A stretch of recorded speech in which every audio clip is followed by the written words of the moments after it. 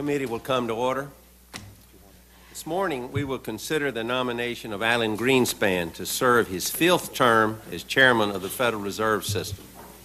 If confirmed, and we expect that will happen, Chairman Greenspan will be the 2nd Federal Reserve governor to serve beyond his 4th term, equaling the record held by the distinguished William McChesney Martin.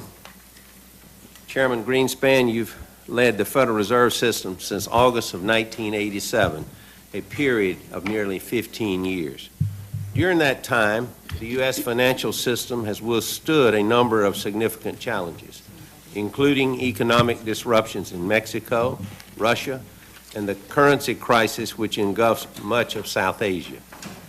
Your tenure also includes the 1991 to 2001 economic expansion, the longest in American history. This committee has benefited from your wisdom in crafting a number of significant pieces of legislation, including the Financial Institutions Reform, Recovery, and Enforcement Act of 1989, the Federal Deposit Insurance Corporation Improvement Act of 91, and most recently the Gramm-Leach-Bliley Act. I know that my colleagues will further remark on your successful track record. Chairman Greenspan, I would like to note recent remarks at the Federal Reserve Bank in Chicago on financial literacy.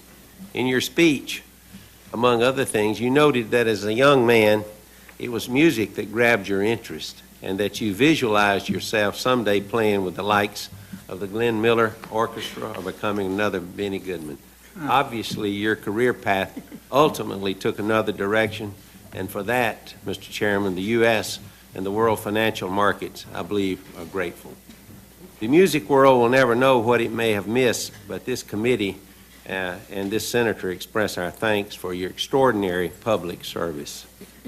Chairman Greenspan, we look forward to your testimony, and at the proper time, I would get back to you on the oath. Senator Sarbanes. Well, thank you very much, Mr. Chairman. I join you in welcoming Chairman Greenspan back before the Banking Committee this morning as we review his nomination to another term as Chairman of the Board of Governors of the Federal Reserve System.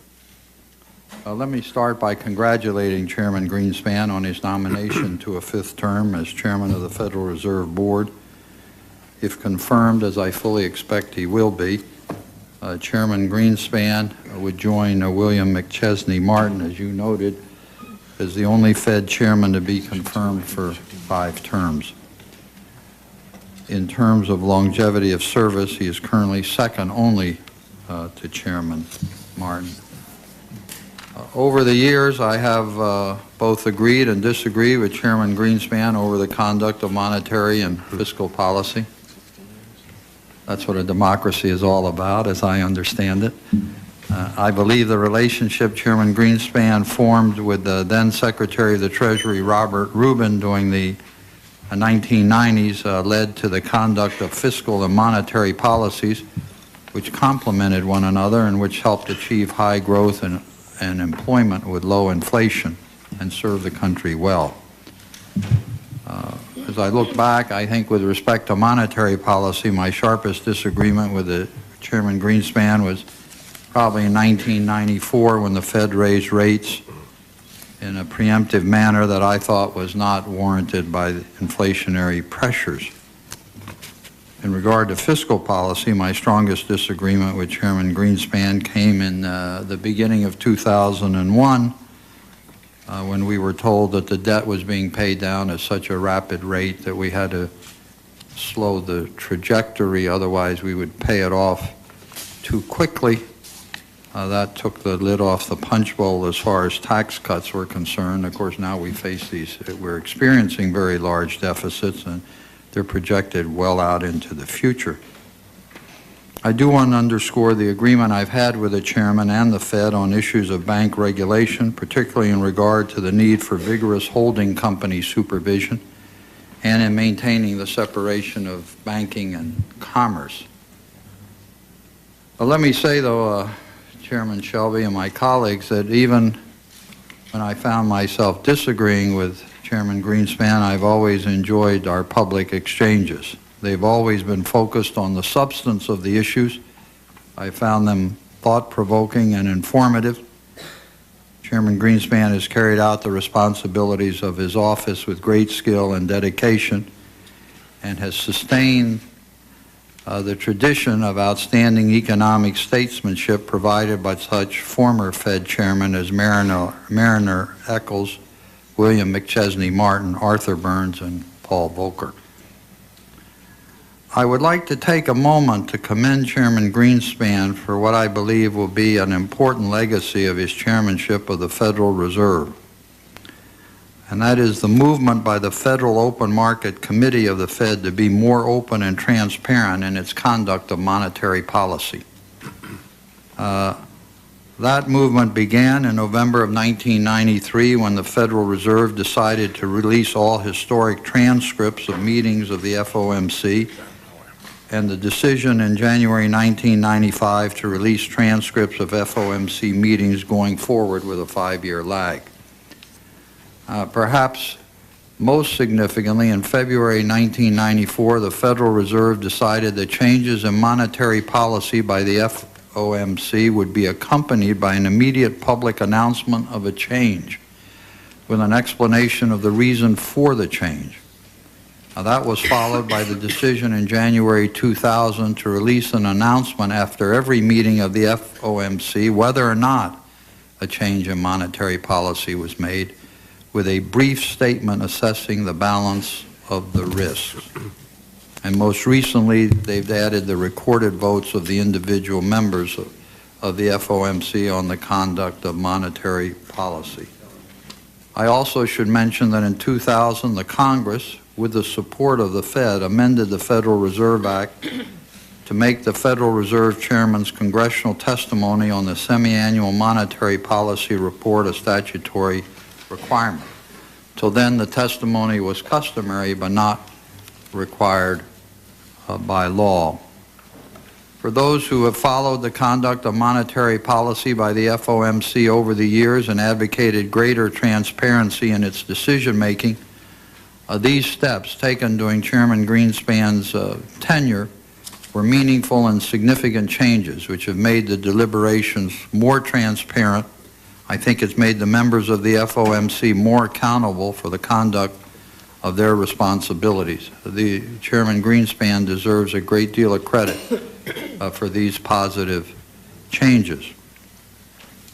In fact, it's been my perception that members of the FOMC, both governors of the Fed and the Federal Reserve Bank presidents, have become more open in their public discussions of the work of the FOMC and have made greater efforts to explain their deliberations to the public. I believe the Fed has also developed a greater appreciation of how important communication to the public and to the markets is to the conduct of monetary policy. I regard these as positive developments with lasting consequences. Finally, let me note, Mr. Chairman, that while this nomination is for a 4-year term as chairman, Chairman Greenspan's has to cease to serve as a governor in February of not next year, the following year, 2006. January 31st, 2006. Okay, we have the date exactly, January 31st, 2006, because of the limitation on the length of term a governor can. You can have one 14-year term, but you can have part of a term and then all of a 14-year term, which is the situation Chairman Greenspan would find himself, and at that point he would, of course, would have to leave the board. That would help to get the chairmanship in the presidential elections back on what I regard as a more preferable track, which would be a new president or would be able to appoint a chairman about a year after he came into office. So you'd have some removal from the political process, but not a total exception to it. And I think that's a better synchronization on which to have the process work. But again, I close by congratulating Chairman Greenspan on this nomination to a fifth term as Chairman of the Federal Reserve. I look forward, as always, to his testimony this morning, and Mr. Chairman, I look forward to supporting you as you move through this nomination process. Senator Bunning. Thank you, Mr. Chairman. Chairman Greenspan, I appreciate your service to our country, especially over the last 12 years, and I have no doubt that you will be reconfirmed as chairman to serve the last 2 years of your 14-year term. Many are afraid of what will happen when your term expires in 2006. There is much fear and trepidation. But both you and I remember there was much fear and trepidation when your predecessor, Paul Volcker, left. But our economy survived, and when you stepped down and decided to play full-time, our economy will survive again. I think it's obvious to everyone by now that I have disagreed with you many times on your monetary policy decisions. As you know, I have already stated that I will not be able to support your renomination. I am quite sure that I will be the only member of this committee not to support your renomination, and there is a good chance that I will be the only member of the U.S. Senate not to support your renomination. But that's okay. This is a democracy. We both know what it's like to take unpopular stands. There have been many things you have done right in your tenure as chairman. Since January 2001, I think you've done a pretty good job on monetary policy. I think that the Fed has done a very good job on working with our financial institutions on combating terrorism. I also think that the Fed, under your leadership, has done a good job about briefing Congress on your anti-terrorism activities and other initiatives the Fed has undertaken. And you have left sunshine into the Fed, though I believe more can be done in that area. But you know my problems. I have pointed them out to you on many occasions. I don't think that you have always moved aggressively enough to cut rates in the past, especially in 1992 and 2000. And I think you have involved yourself in many things outside the Fed's charter. Believe me, I know that you are asked to comment all the time on things that have nothing to do with monetary policy or banking regulations. Quite often, it's a member of Congress asking those questions that have nothing to do with your job. I just wish you would be more respectfully in declining to answer those type of questions. Your words matter, Mr. Chairman. You know that. You know what happens when you use the term irrational exuberance. You know what happens when you use the term wealth effect, and you know how violent and violent the markets can be. You know that deleting the phrase "for a considerable period" from the FOMC statement back in February, what it would do. I'm sure there are times that you wish your words didn't matter as much as they did, but people pay attention to what you say. Sometimes that's very good, sometimes that's very bad. The job of the Fed is to set monetary policy, and I believe that when the Fed strays from that into other areas, that we get into trouble. I look forward to continuing working with you in the future, and hopefully the good people of Kentucky will decide to send me back here so we can work together for the last 2 years of your term. With monetary policy, I hope you will act aggressively.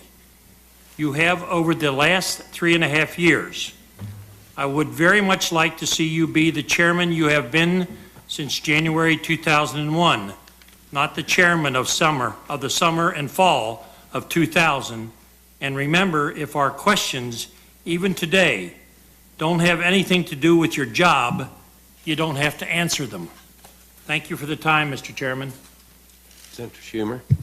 Thank you, Mr. Chairman, and I am pleased to be here.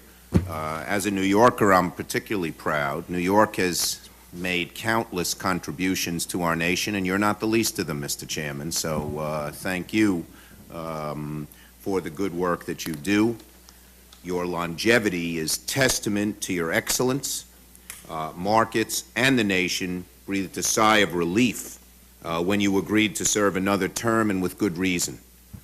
Your integrity, your intelligence, your ability to balance prosperity and inflation, a very difficult thing to do, are second to none.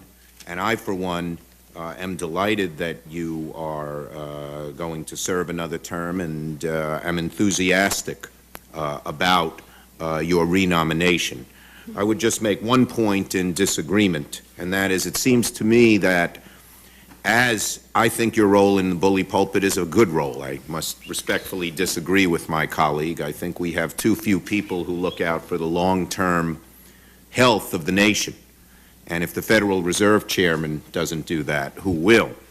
But in those pronouncements, my one concern here is that your voice against too much spending that creates deficit seems to be a lot stronger than your voice against tax cuts that threaten the deficit.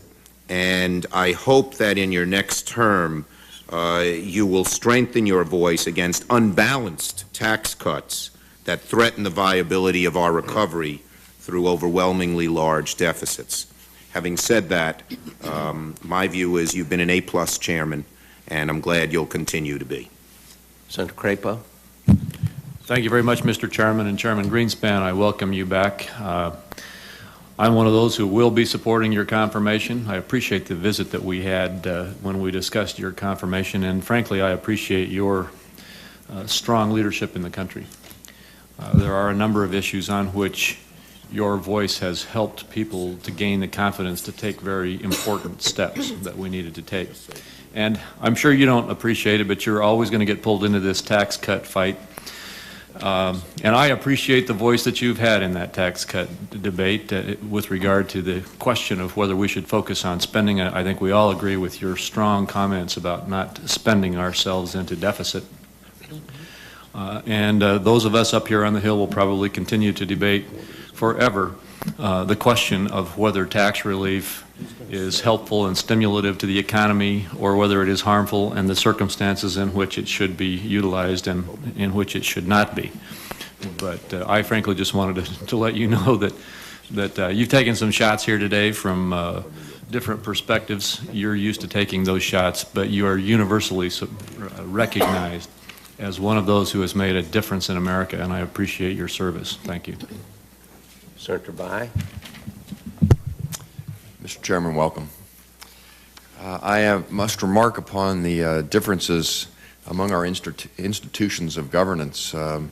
Your 17 years as head of the Fed rank you second in the history of our republic, and yet I look around the Senate and you would be a relative newcomer in this institution, or at least it seems to me that way, but I compliment you on your years of devotion to our country and your capable service, and would only add, I'm going to save most of my remarks for our question period, but would only add that I think the only potential stumbling block to your reconfirmation is the victory margin I would anticipate and the professional jealousy that might engender in some of us up here. So I thank you for your service and look forward to its continuation.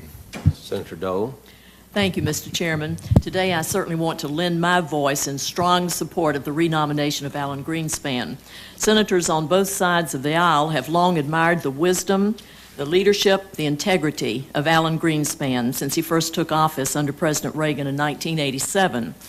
He has repeatedly demonstrated that a cool head and keen understanding of the markets can lessen the dangers when events panic the markets and capital crisis ensues.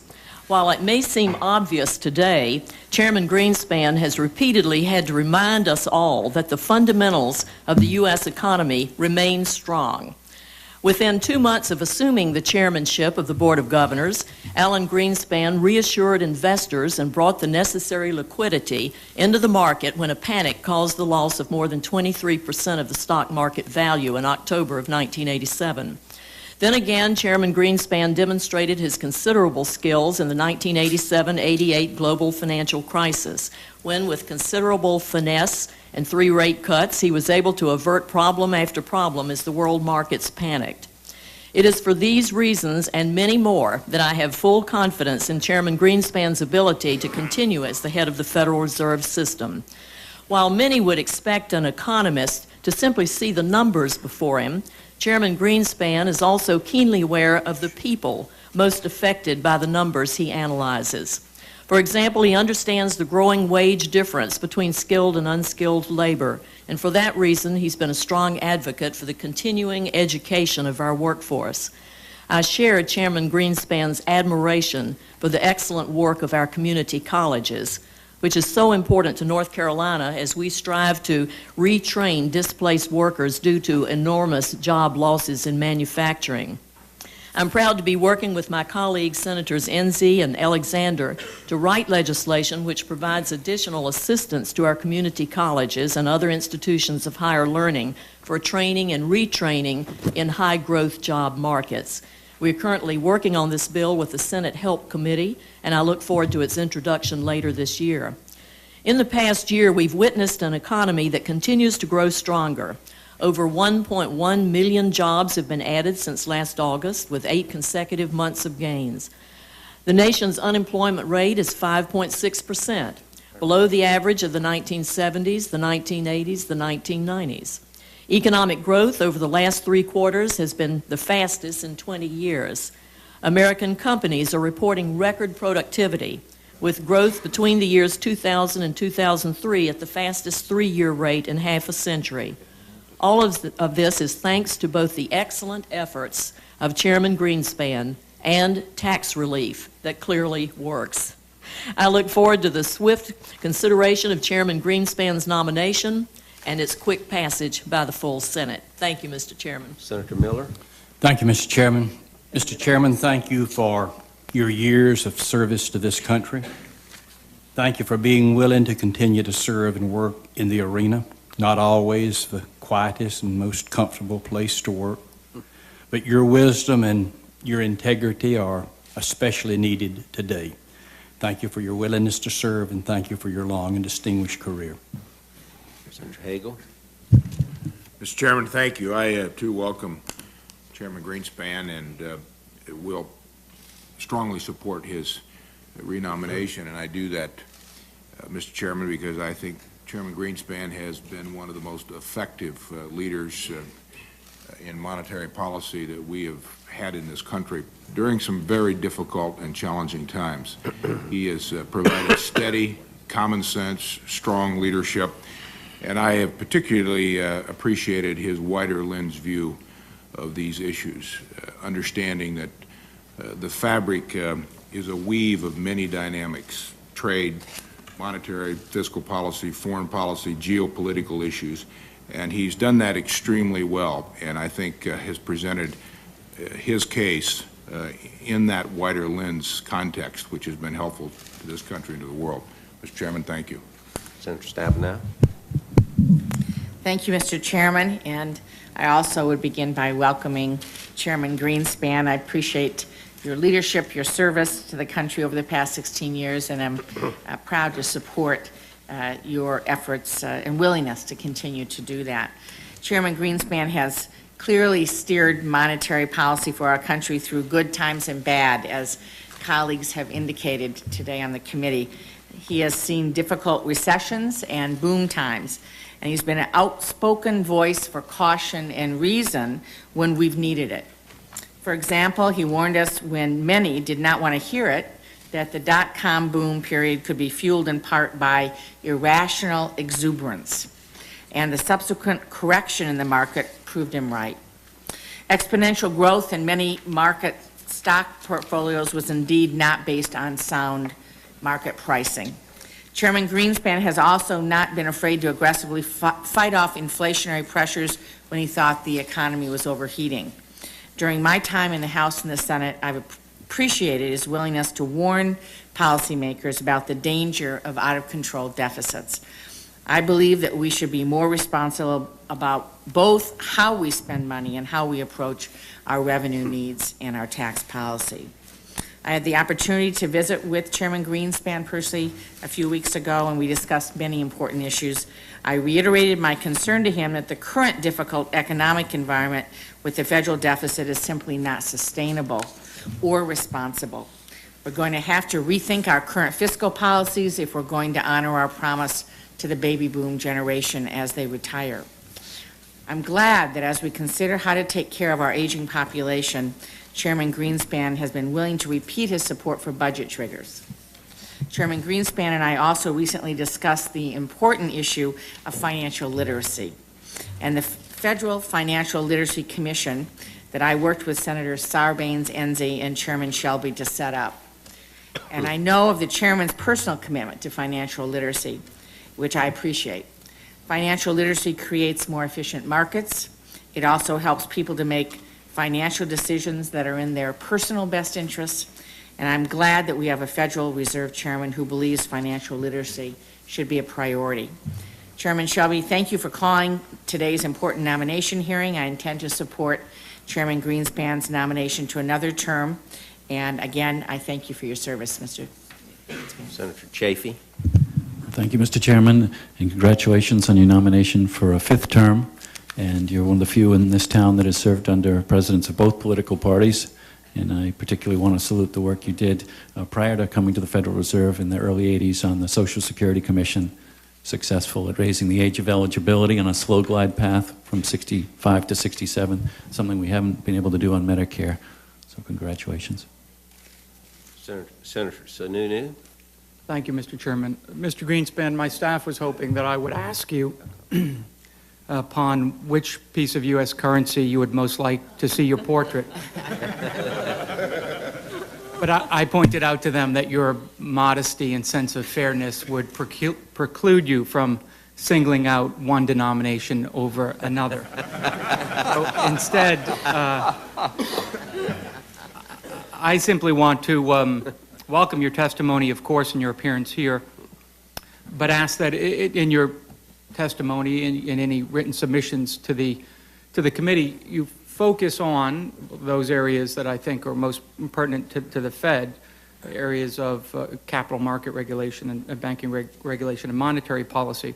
As I look through the issues that we've dealt with this year, just this session of Congress, whether it's regulatory issues or legislative issues, market structure, mutual fund regulation, terrorism risk insurance, the structure of public boards and their liability, hedge fund regulation, GSE legislation, all of these issues, I think, have the potential to really change the structure of our capital markets, their operation, their efficiency, and public confidence in the capital markets.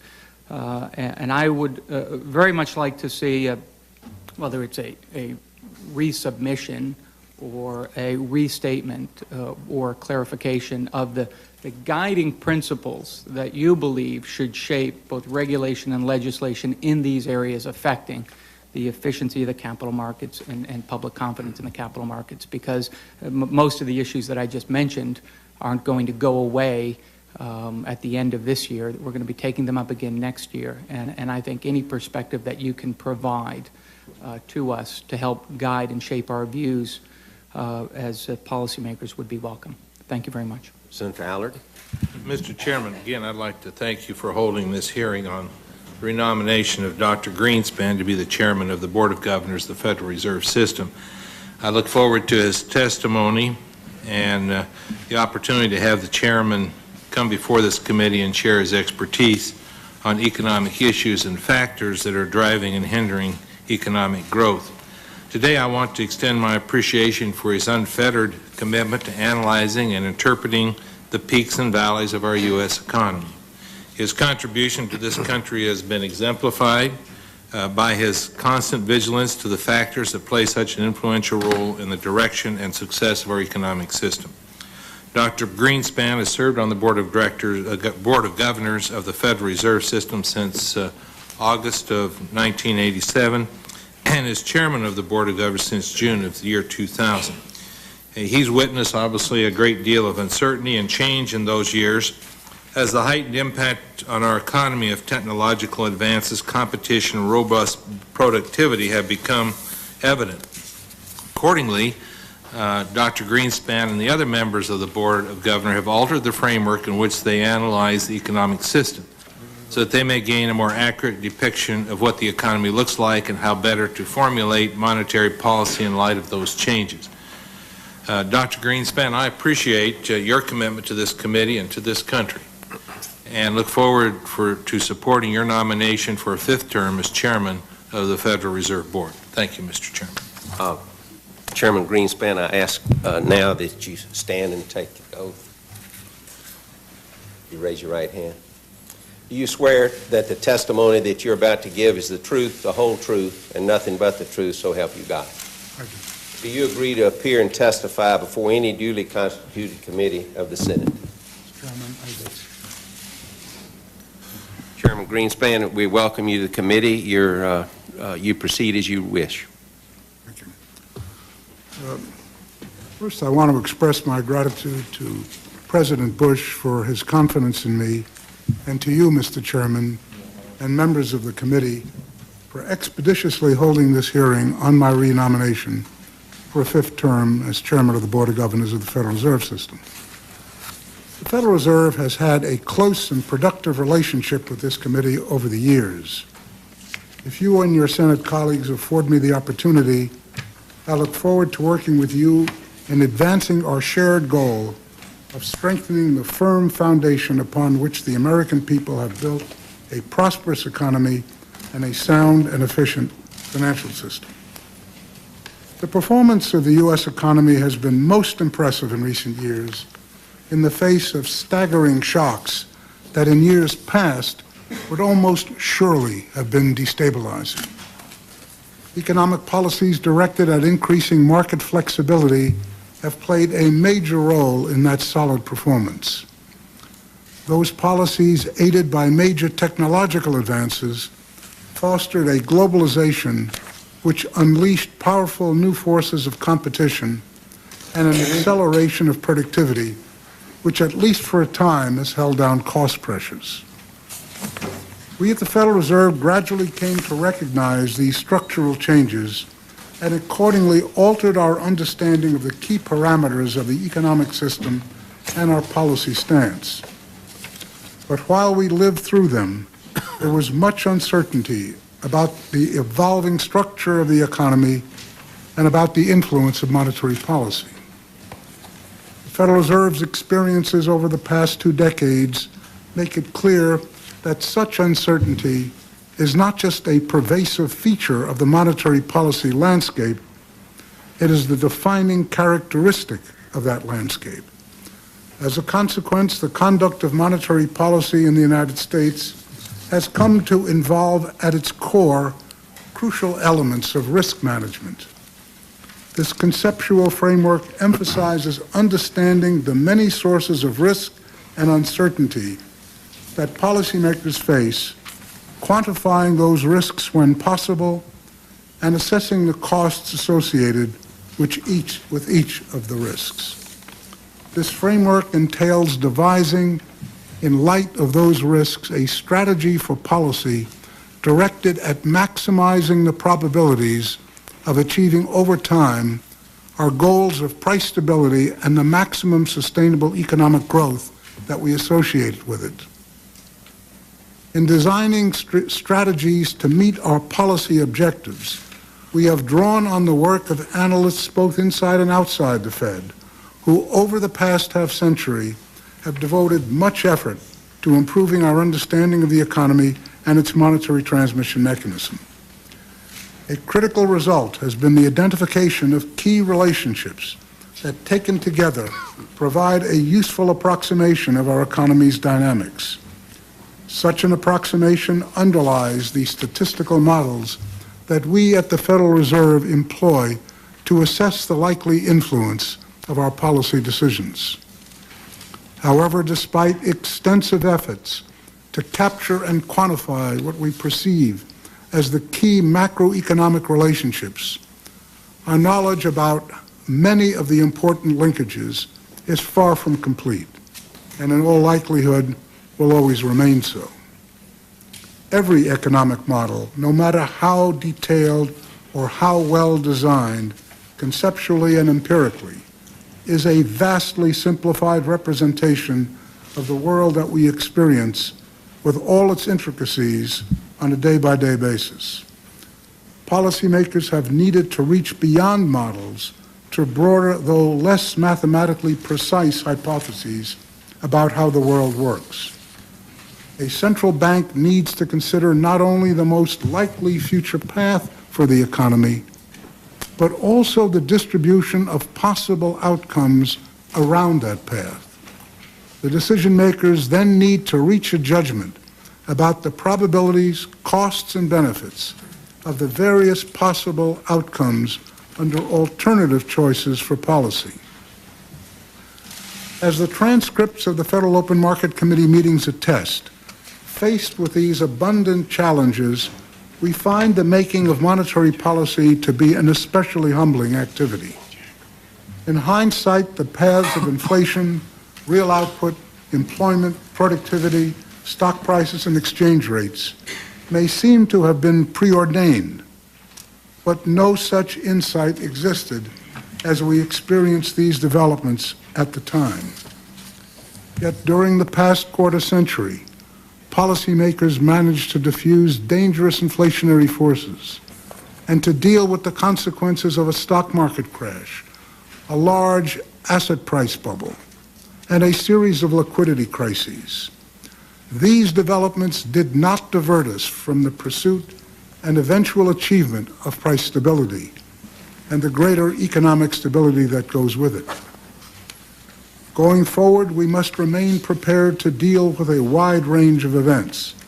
Particularly notable in this regard is the fortunately low but still deeply disturbing possibility of another significant terrorist attack in the United States. Our economy was able to absorb the shock of the attacks of September 11th and to recover, though remnants of the effects remain. We at the Federal Reserve learned a good deal from that tragic episode with respect to the impact of policy and, of no less importance, the functioning under stress of the sophisticated payment system that supports our economy. Our efforts to further bolster the operational effectiveness of the Federal Reserve and the strength of the financial infrastructure continue today. Each generation of policymakers has had to grapple with a changing portfolio of problems. So while we importantly draw on the experiences of our predecessors, we can be sure that we will confront different problems in the future. The Federal Reserve has been fortunate to have worked in a particularly favorable structural and political environment over the past quarter century. But we trust that monetary policy has contributed meaningfully to the impressive performance in our economy in those years. I have been extraordinarily privileged to serve my country at the Federal Reserve during most of these years, and would be honored if the Senate saw fit to enable me to continue the service. Thank you very much, Mr. Speaker. Thank you, Chairman Greenspan. Chairman Greenspan, this morning, the Commerce Department reported that business inventories climbed 0.5% in April to $1.212 trillion, a record high and the 8th straight monthly increase.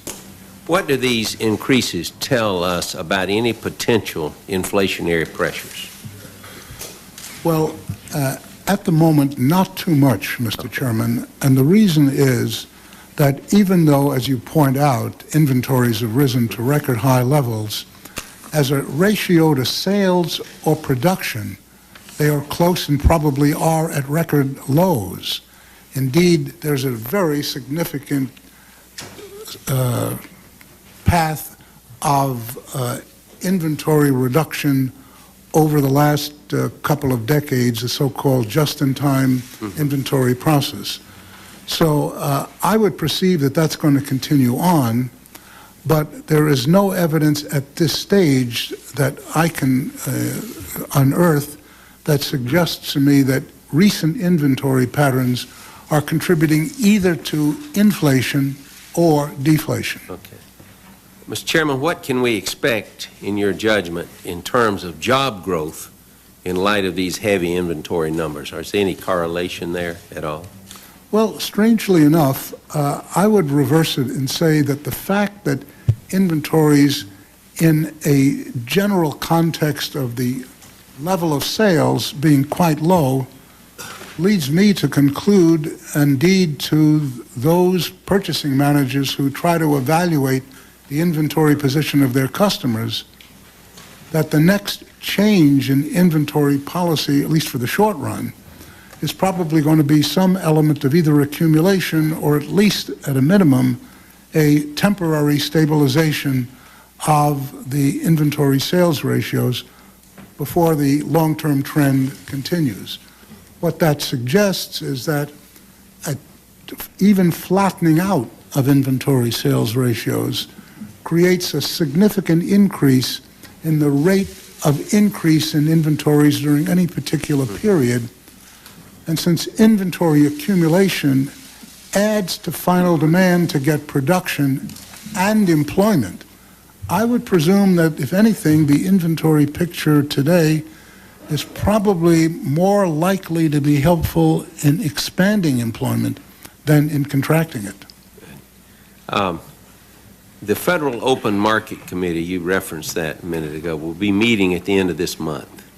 It's widely anticipated that the Federal Open Market Committee will move to increase short-term interest rates. You've noted any upward movement will be, quote, your word, measured, although you also noted, and I'll quote you again, that the FOMC is prepared to do what is required, end quote, to maintain price stability, which is important to everybody. In other words, to pursue a more aggressive interest rate strategy there.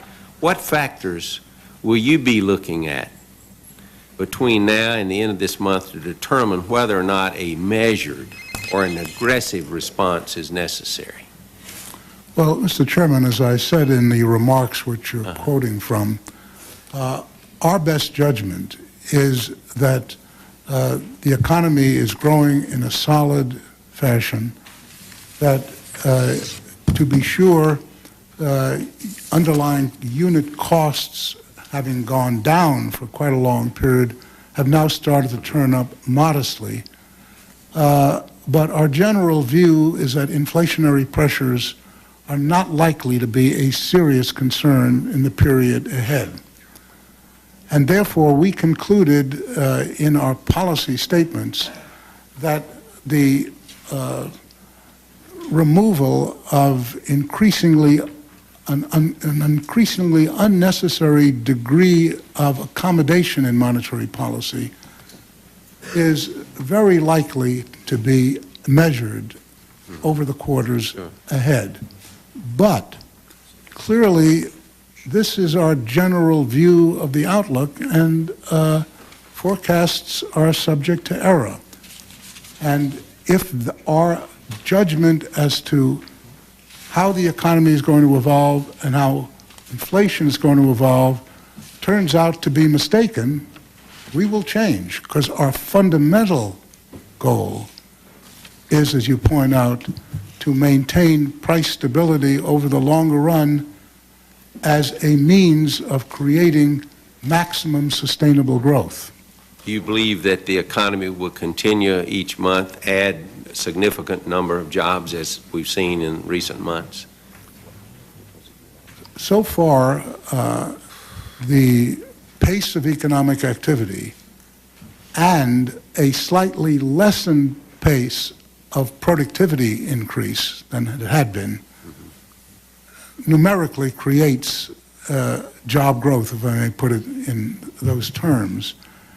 And we see nothing in the immediate outlook to suggest any major change in the path of employment growth going forward. Thank you. Senator Sarbanes. Thank you very much, Chairman Shelby. Chairman Greenspan, the economy has now 1.9 million fewer private sector jobs than it had when the recession began 38 months ago in March of 2001. Now, in every other recession since World War II, the economy has recovered all of the private sector jobs that had been lost by this point in the cycle, generally well before this point. In fact, when compared to a typical recovery, our economy has 5 million fewer private sector jobs at this point in the recovery period than under a typical recovery. Let me just show you this chart to sort of make this point. The red line is the average of 9 recessions since World War II in terms of the recovery of private sector jobs.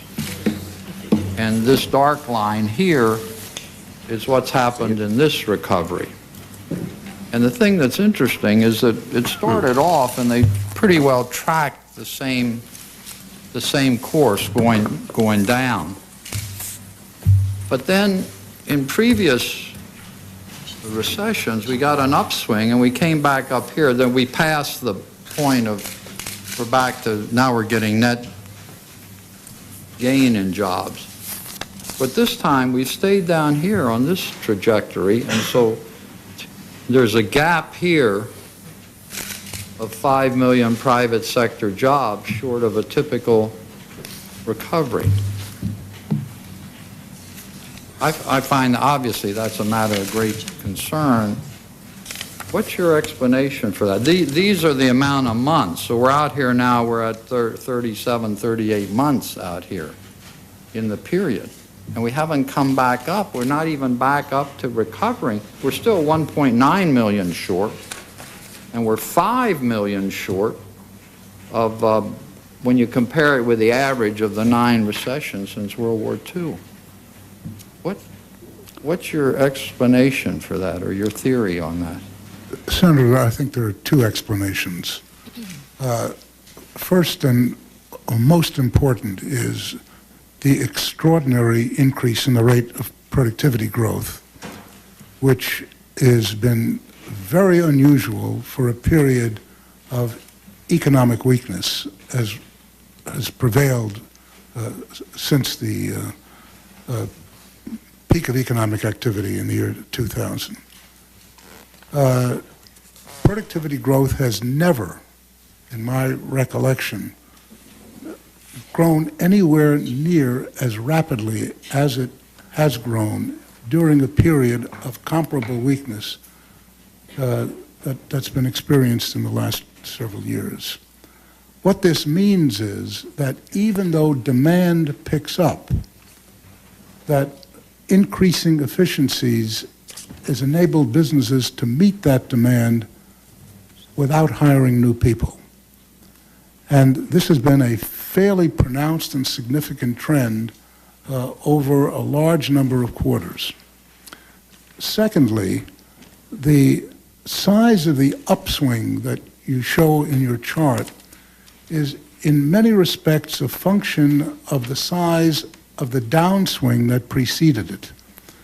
The fact that we've had a very shallow recession most recently, indeed, the shallowest recession that has occurred in the post-World War II period, means that even if the productivity gains were not there, or let's put it more exactly, were the same average of the 9 recessions that you're pointing out on your chart, we would still have had a lag in employment, largely because there was not enough of a bounce back that ordinarily occurs out of a shallow recession as one which is far more deep.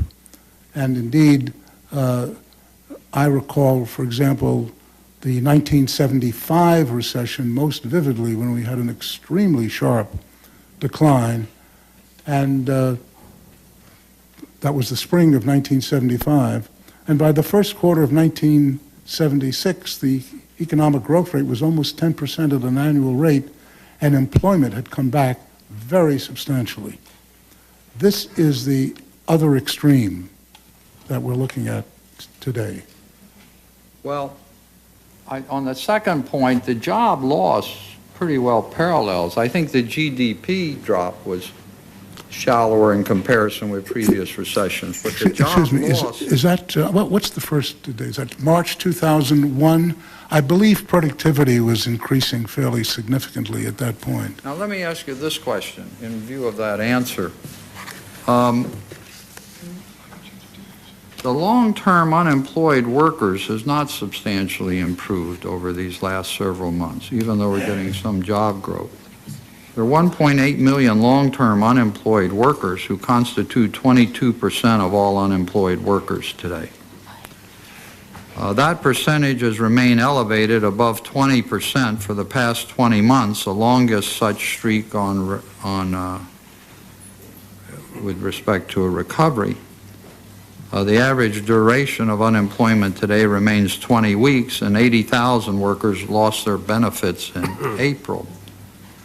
It seems to me that this chart and what we're discussing here, and accepting let's accept the hypothesis about productivity, but that still leaves us with the fact that workers have lost their jobs and we're not creating jobs and they're not getting back to work. And yet the unemployment insurance system is geared to expire after 26 weeks unless you make extensions. It seems to me that poses a real problem for us because workers run out of their benefits. The labor market is not strengthened sufficiently that they can move back into jobs. And it seems to me to cry out for an extension of unemployment insurance benefits, which of course we've done in the past. In fact, we've done it in the past in a more responsive way than I think we're doing it in this recession, even though we have this added factor that you've just detailed, which has inhibited job growth. What's your view on temporarily extending unemployment insurance further? Well, Senator, I've testified before that I thought that the extraordinarily high degree of exhaustions out of the unemployment insurance fund, which indeed is a reflection of the point you're making, namely the fairly significantly longer average duration of unemployment in this period, creates a problem because, as I pointed out previously, these people in this type of labor market have lost their jobs through no fault of their own. And that we have constructed an unemployment insurance system which is probably as closely geared to the issue of trying to take care of those who lose their jobs for no fault of their own, and a concern that many people who construct such programs, that a fairly generous unemployment insurance program will tend to create unemployment, as indeed the evidence does suggest. I think our system is very well balanced, and that's the reason why I've argued in the most recent past that under these conditions it's presumably appropriate to extend unemployment insurance. But I would say that given the increase in job growth that is in the process of going on, and my suspicion, although I do not have the evidence, that exhaustions most recently are beginning to fall away, that should you go ahead with an extension of unemployment insurance, I think you will find that a short-term extension will probably serve your concerns with respect to the exhaustees. Yeah, well, the extension we're talking about is 13 weeks, which is not a very lengthy period under the circumstances. I agree with that. Yeah, thank you, Mr. Chairman. Senator Bunning. Thank you, Mr. Chairman. You've ventured into some unusual places again. Thank you. Would you agree or disagree with this statement, a recent statement that has been made, that this economy, quote, this economy is the worst economy since the Great Depression, unquote? I would strongly disagree with that statement. Thank you. Have the high energy prices acted as a brake on the economy? In the absence of the high cost of energy, do you believe the Fed would have already been forced to raise the discount rate? I'm not sure that the energy changes that have occurred, while important and having fairly broad impacts on the world economy and the United States, are a material factor in monetary policy at this point. It could become a problem. I don't think we're there yet, but we are watching the situation, obviously, fairly closely, because the cost of energy is a very important element in the underlying cost structure of American business, but also extraordinarily important amongst our trading partners. And because imports as a share of our economy and exports are very large relative to where they were a decade ago, and obviously even earlier, our interaction with the international economy is increasingly important to our prosperity. And therefore, anything which undermines a world economy, and very high oil prices would do that, would be a concern to us. And indirectly, should it impact on our economy, would therefore affect monetary policy. But it is the impact on our economy, not the energy price changes themselves, which would induce us to respond. Mr. Chairman, if energy per barrel cost would escalate beyond $42 a barrel and maintain that cost over a period of time, a year, 2 years, wouldn't that directly impact our economy? It would certainly have some impact. The question, I think, at issue, which we don't know the answer to, Senator, is how significant the impact would be.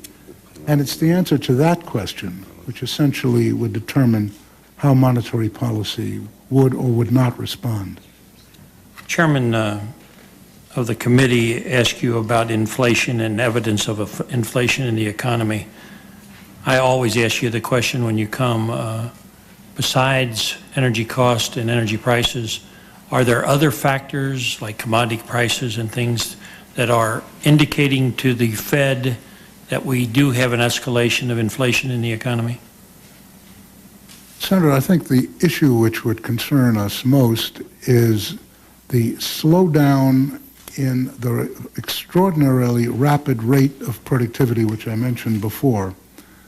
And because average hourly compensation is been edging up something in recent months, the effect of the combination of a decline in the rate of increase of productivity growth and the slightly quickening pace of wage increase has caused unit labor costs, which had been going down for quite a number of quarters, to have turned up in most recent quarters. On a consolidated basis, that accounts for more than 2/3 of the costs of non-farm American business. And while at the moment those increases are still modest, it's there where our central focus is likely to be because it's such a large part of the total cost area. But certainly, as you point out, commodity costs, prices of imported goods, and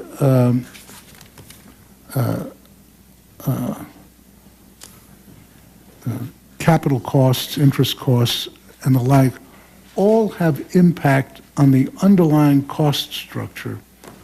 And it's essentially the package of costs which we focus on most closely, and our ability to try to forecast in the direction in which they were going.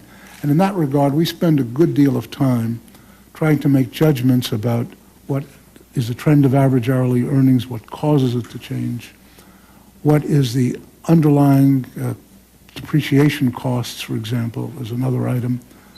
And it's in that pattern that we try to focus on the whole structure of price and cost and profitability in making judgments as to whether individual price changes are significant and are expressing an underlying trend.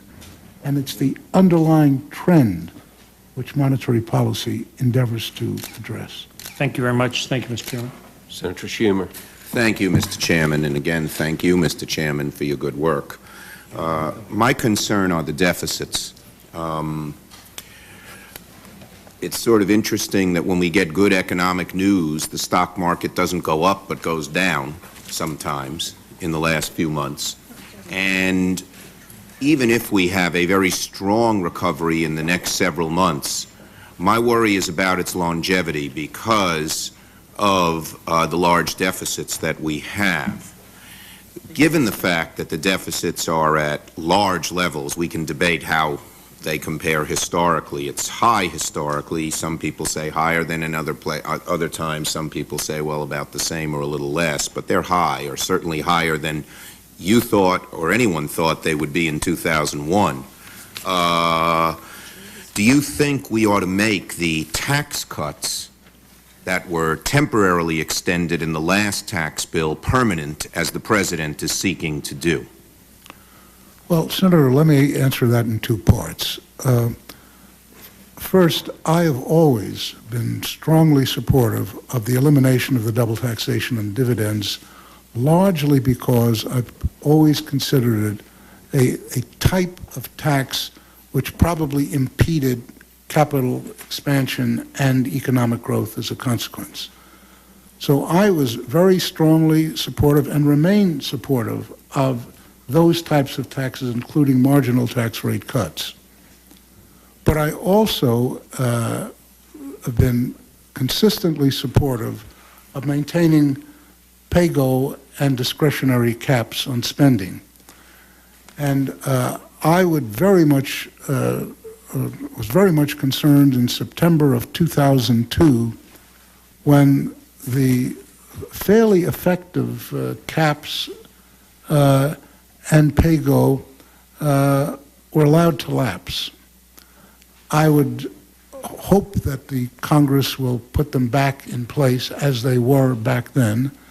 And in that context, obviously, I'm stipulating that because the individual tax cuts, which I find very important, would lapse, they would, under the rubric which I'm discussing, be required to go through a pay-go evaluation in order to be passed. And as you know, we're debating this right now in the budget resolution, and there are many who want pay-go for spending but not for tax cuts. Yeah. Well, and my question to you is twofold. One, should pay-go be enacted for both spending and for tax cuts? And two, if Congress should fail to enact pay-go legislation in this budget resolution, so we'd be faced with the choice of making the tax cuts permanent without offsets in spending or in other taxes, would you be for making those permanent? let me just say this, that I believe that the legislation which was in place prior to September 2002, in my judgment, was a correctly balanced legislation. I mean, as I've often stated, think the real problem over the longer term is constraining spending, because I think there's a bias in the way our system functions. But I think looking at the issue from the point of view of fiscal policy, asymmetry is required in the way one looks at that.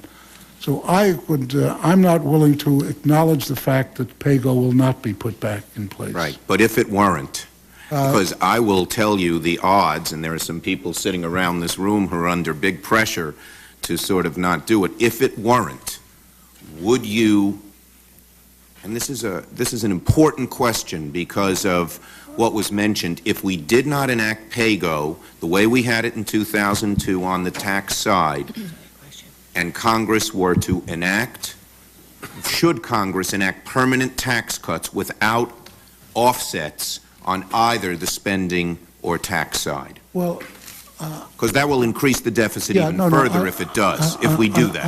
I'm aware of that, and I'm reluctant to answer that question, largely because I don't want to get involved into the details of negotiations beyond the positions that I've taken. So I can't. There are lots of hypothetical questions which. Well, some of us think you've already answered it by your answer on the PAYGO question. Senator presumes otherwise. Yeah. Okay. Well, I will. I mean, I just think this is an important issue, and your words are very important. They get interpreted in many different ways, and I'm looking for as clear an answer as possible. I think I can read the same thing that Senator Sarbanes did, but there are going to be many who say, no, that's not the case. And if we end up at the end of this congressional session with a further increase in the deficit, I think that will bode real trouble for the recovery. I guess you would agree with that.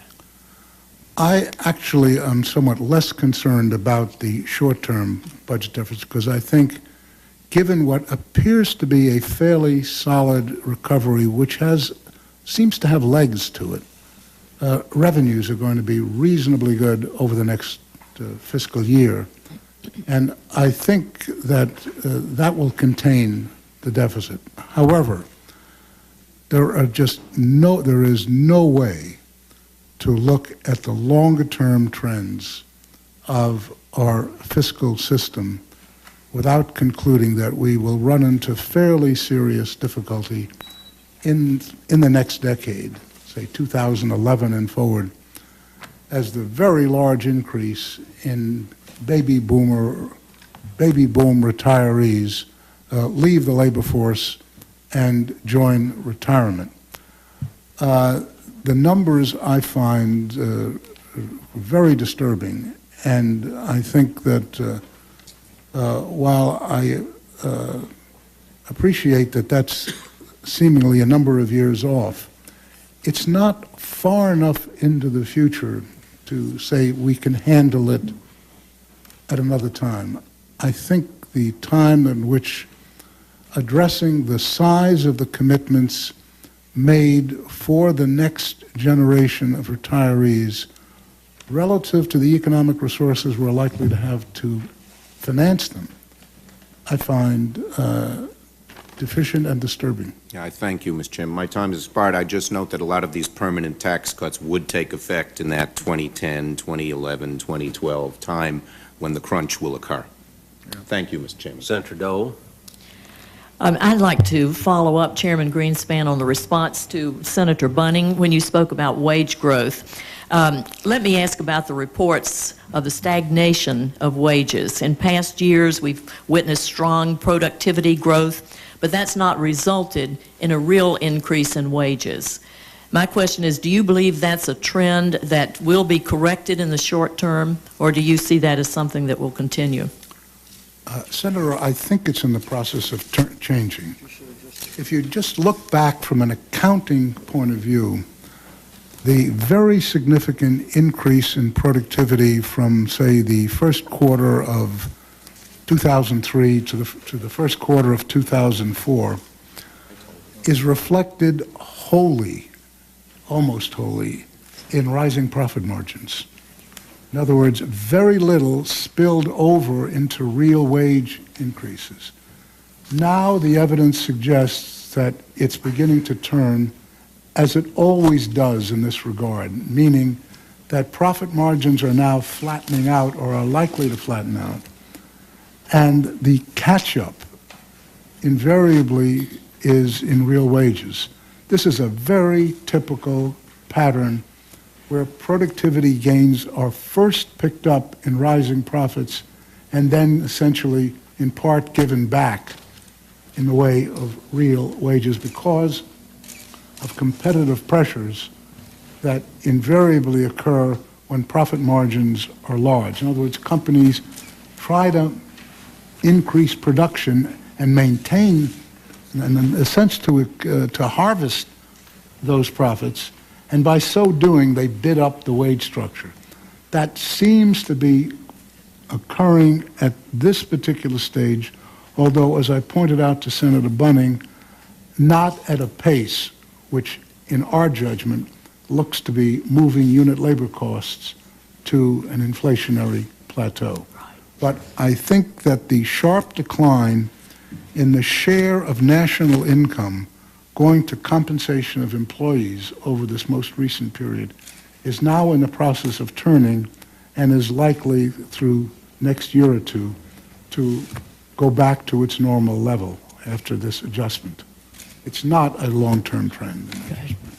I've read recent reports stating that real disposable income is rising, up 11% since December of 2000.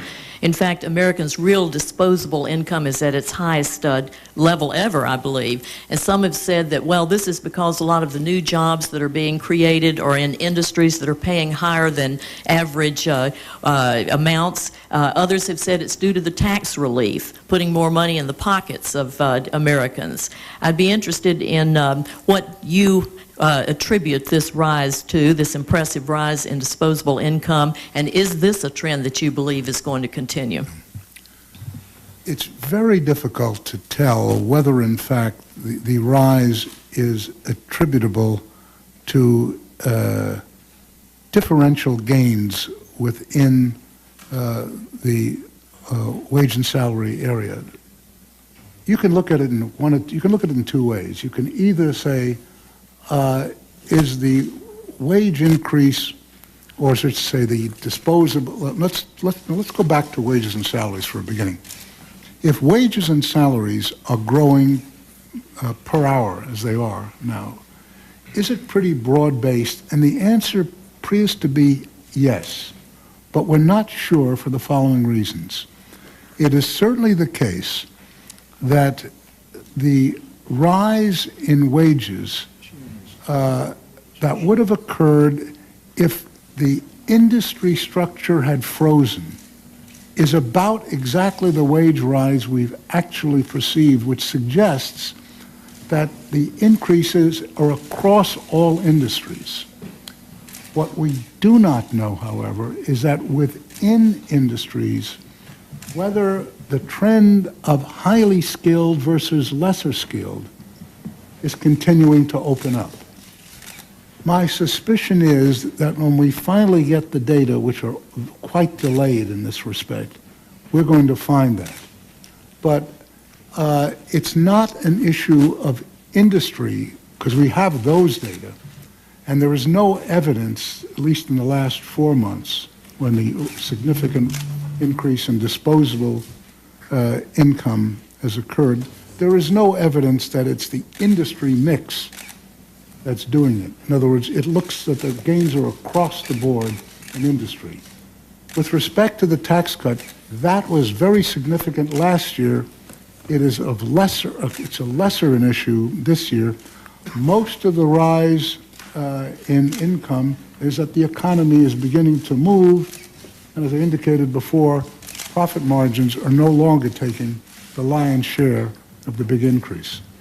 Mr. Chairman, my time has expired, but I have a number of other questions that I would like to submit for the record, if I could. You may. Thank you. Thank you, Mr. Chairman. Mr. Chairman, could I be very clear on one thing on the answer to this question? As I understand it, real disposable income could rise very substantially on the basis of tax cuts at the top end of the scale, because that would bring very large increases in disposable income. That figure alone doesn't show what's happening to ordinary workers. Wouldn't that be the case? No, I think that's correct. But I'm saying that in the last 4 months of increase, it's basically the underlying economy which is moving the real wage rate, and it's pretty much. But before that? Before that, the significant part of the increase in disposable income was the result of tax cuts. Senator Bayh.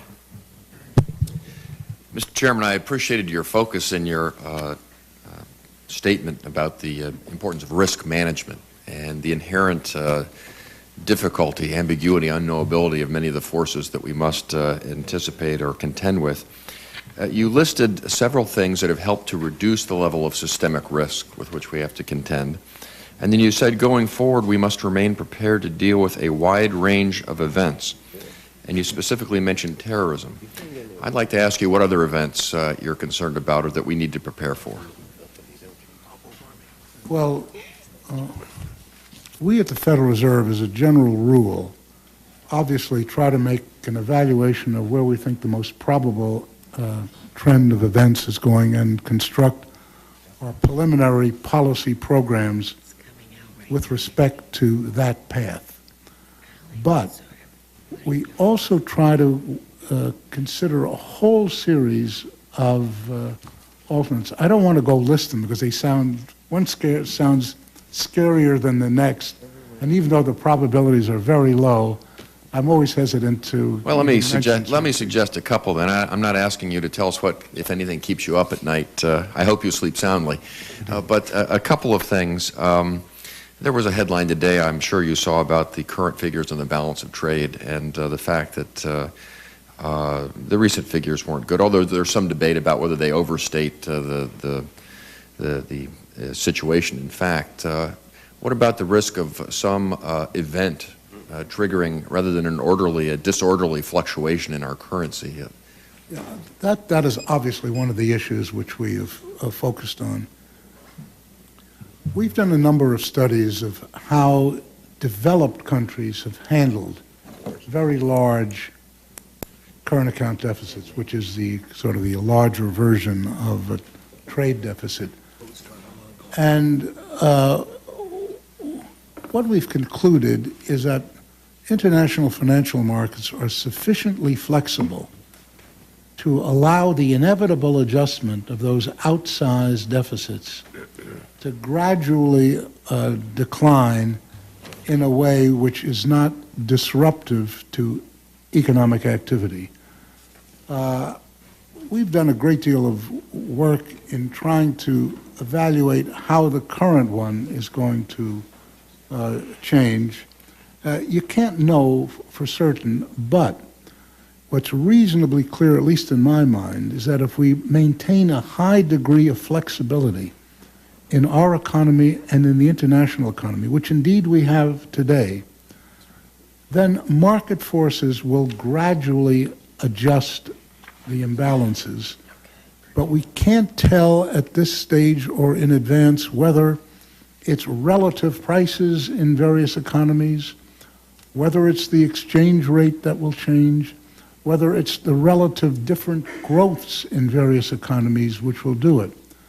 But what these various studies of developed countries suggest is that those adjustments will, in some form or another, take place. A high degree of flexibility, Mr. Chairman, you said, is a key to Yes. trying to deal with the unanticipated event. Is it not true that our twin deficits reduce our margin for error, reduce some of the flexibility that we have? Well, the flexibility is mainly institutional. In other words, it's, for example, we've got very flexible financial markets which adjust very quickly, and we've got extraordinarily broad labor markets which are quite flexible as well, better than most in the rest of the world.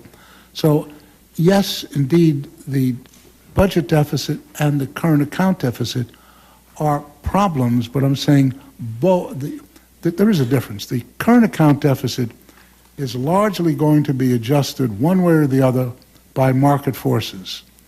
The federal budget deficit will be adjusted partly by market forces, but decision. mainly policy. Before my time expires, Mr. Chair, let me just mention one of the risks that's popularly thrown out there, and we've asked you about it before and you've responded, but things have changed some since your last response, and that's with regard to housing and the fact that housing prices have outstripped the growth in incomes over the last several years.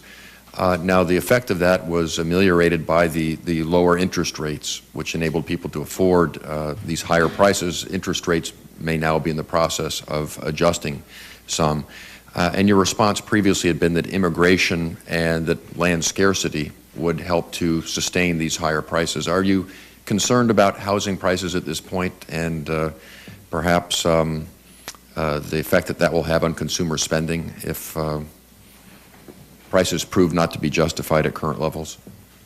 Well, it is certainly the case, as you point out, Senator, that prices have been moving up faster than they have been. But remember that because productivity growth in residential construction has historically been moving more slowly than the average over the longer run, largely because there's a good deal of custom house building. In other words, we like our own idiosyncratic house, means you can't have mass production that you can have in the general area of manufacturing mainly, so that there is a gradual long-term updrift in the price of homes relative to the price of everything else.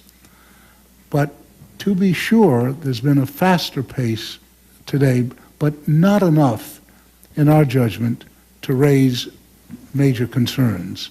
It could become a problem if it were to accelerate further, but we see little evidence that that's likely to happen, largely because we perceive that the very strong expansion in new and existing home sales is now flattening out, and the really quite unexpected boom in home sales over recent years is unlikely to be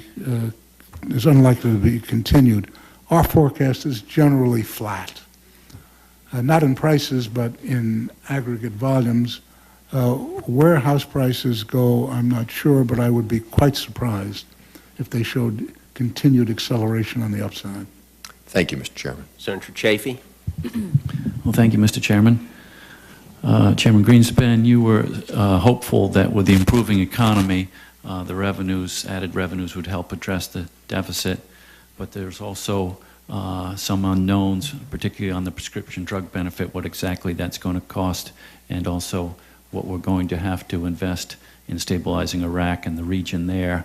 So if the deficits do continue to grow, I know there are some that are concerned that could produce a sharp devaluation of the U.S. dollar, something that did happen in 1985, which would in turn undercut European exports, and that would affect European economies. Is that of a concern to you? Senator, it's an issue which a number of people have raised, and obviously we've looked at it, and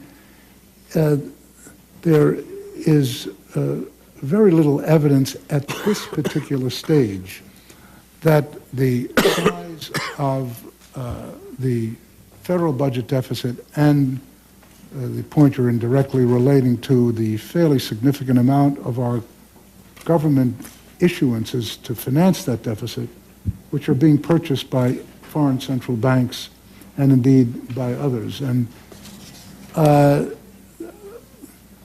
we look at it fairly closely. The markets seem to be adjusting remarkably well. And a goodly part of those securities which are purchased by foreign central banks are shorter term, so that there is no real basic concern that a lot of people have argued in favor of, namely that a major endeavor to disgorge those holdings could have a destabilizing effect back here. We don't think so. In other words, we think that, as I pointed out earlier, that the degree of flexibility in our financial system is sufficient to absorb very considerable amounts of change, because remember that our financing system is huge relative to the rest of the world, and the demand to hold U.S. dollars by foreigners is a very high propensity, which continues irrespective of what you perceive correctly as these deficits which we're looking at. So could it become a problem in the future? It could, but there is no evidence of which I'm aware which suggests that any such problems are on the horizon. Last year, I believe, we sold $208 billion of Treasury securities just to Japan, China, and other Asian countries, just $208 billion just last year. But you're saying that's short-term and not of concern? Well, it's $200 billion is not a small number, obviously. It's a big number, and it's, as I think as the Treasury pointed out the other day, that of marketable securities that foreigners own somewhat more than half currently. I think that if it were a significant problem, we would be seeing the forward edge of the problem already, but we don't. There is an unquenchable demand to hold assets of claims against American residents largely because they are presumed to be safe and they're presumed to have significantly higher rates of return adjusted for risk than most other areas of the world. I've heard some people rail against the fact that it's not in our best interest to have the Chinese buying our T-bonds, and that's all the fault of the deficit. If we didn't have this deficit, the Chinese wouldn't be buying our T-bonds, and I guess that's the point I'm making. Senator Chafee. Senator Stabenow. Thank you, Mr. Chairman. Chairman Greenspan, we've talked a little bit about PAYGO today, and I'm a very big supporter of PAYGO, both in terms of tax policy and spending policy. But when you were in my office a couple of weeks ago, we talked about another way of trying to keep that balance, which is a budget trigger. And as you know, Senator Bayh and Senator Snowe and I and others proposed back during the original debate on tax cuts earlier that we ought to have a trigger that covered both spending and tax cuts. And I believe we would not be where we are now if we had in fact been able to put that into place. Could you speak about your support for the notion of a trigger on these kinds of major tax and spending policies? Senator, 20, 30 years ago, certainly 50 years ago, nobody was concerned about long-term budget problems in the United States because we never had commitments that lasted very long. I mean, our Social Security system, for example, was relatively small at that point. The commitments in the military were sometime for 3 or 4 or 5 years on some weapons system, but we never had any ability nor need to worry about what the budget deficit would look like 5, 8, 10 years in the future. And we always had the capacity to adjust as time went on. As entitlements, specifically retirement entitlements, have grown to an ever larger proportion of our budget, our ability and our necessity to have a sense of where fiscal balances will be 10 years from now have all of a sudden become a very crucial issue for determining what current fiscal policy ought to be. Because our ability to forecast 10 years out is very marginal at best, I've always believed that we have to make the best judgment we can, but to put in place some mechanism in which if our path of budget balance, whether surplus or deficit, goes significantly off track, that we have fiscal mechanisms to get us back on track, which is essentially what a trigger is. It is a vehicle which stipulates that if a particular program is not doing what it was projected to do, then certain adjustments would occur automatically, or certain adjustments would require that the Congress revisit the program. There are lots of different triggers, but the main concept is to recognize that we no longer have got year-by-year budget making as the process of fiscal policy. We're in a wholly different world, and part of that world, in my judgment, requires triggers because our capacity to forecast is so limited as we get out that far. Thank you. I couldn't agree with you more, and I'm hopeful as we go forward that we'll have the opportunity to debate again and hopefully put in place some kind of a trigger. One other question, Mr. Chairman, that is particularly important to my home state of Michigan. I'm extremely concerned about currency manipulation and how it's effectively creating an artificial tax on U.S. goods exported abroad and giving the Chinese and the Japanese an unfair advantage when they ship goods into our country. We know this is happening. The Chinese a pegging of their currency to the dollar prevents an appropriate float of their currency. And the Japanese have been very aggressive and willing to intervene in current currency markets when they feel that it's warranted to their advantage. I've raised this issue with Treasury Secretary Snow in the past. The administration up to this point has not been willing to take concrete steps to end the currency tax. And I'm wondering, Mr. Chairman, do you agree that currency manipulation is going on and that it's having a detrimental impact on U.S. goods, in particular in the manufacturing sector, which hits my state so heavily? Well, Senator, first, the Japanese ceased their intervention in the yen-dollar market a while back, and they have not been involved. I think it's March? Mid-March. It's mid-March.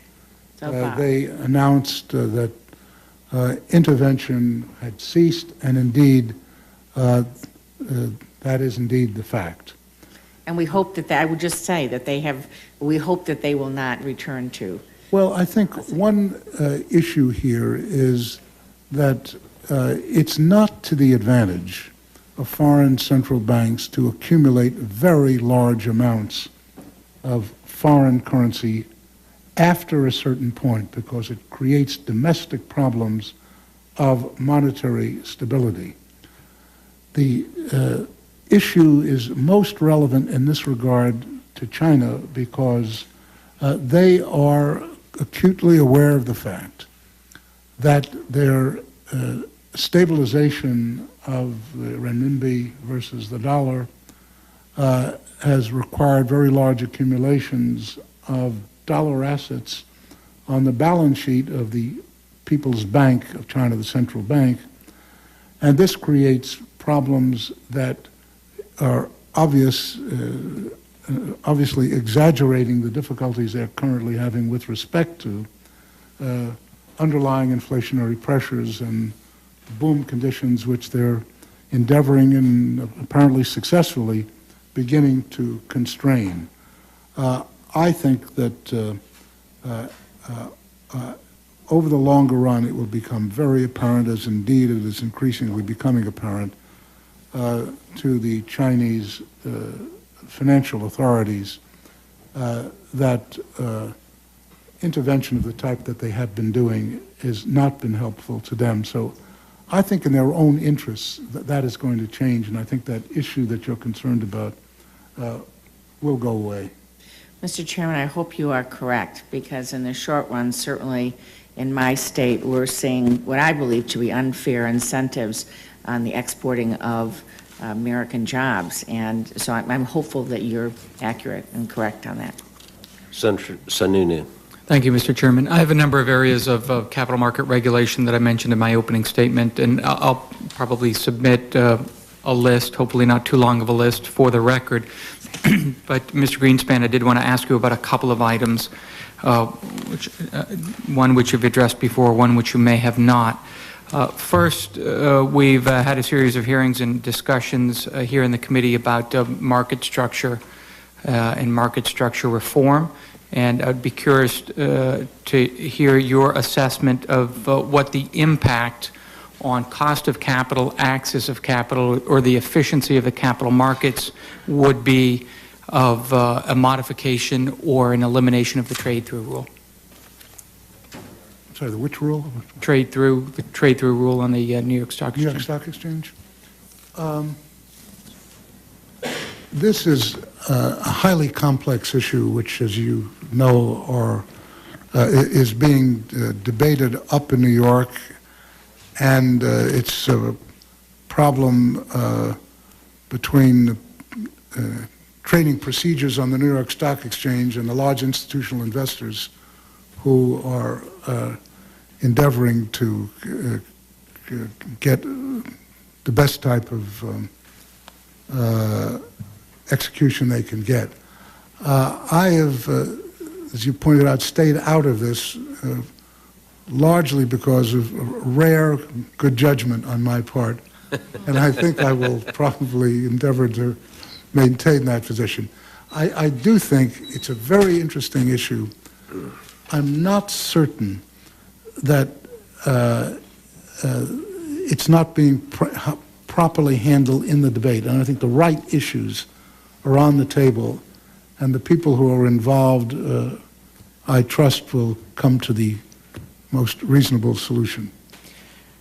Well, that's not a great deal of consolation to me for a number of reasons. Not least of all, we've spent an hour here talking about pay-go and housing prices and a whole list of Jim Bunning's pet peeves.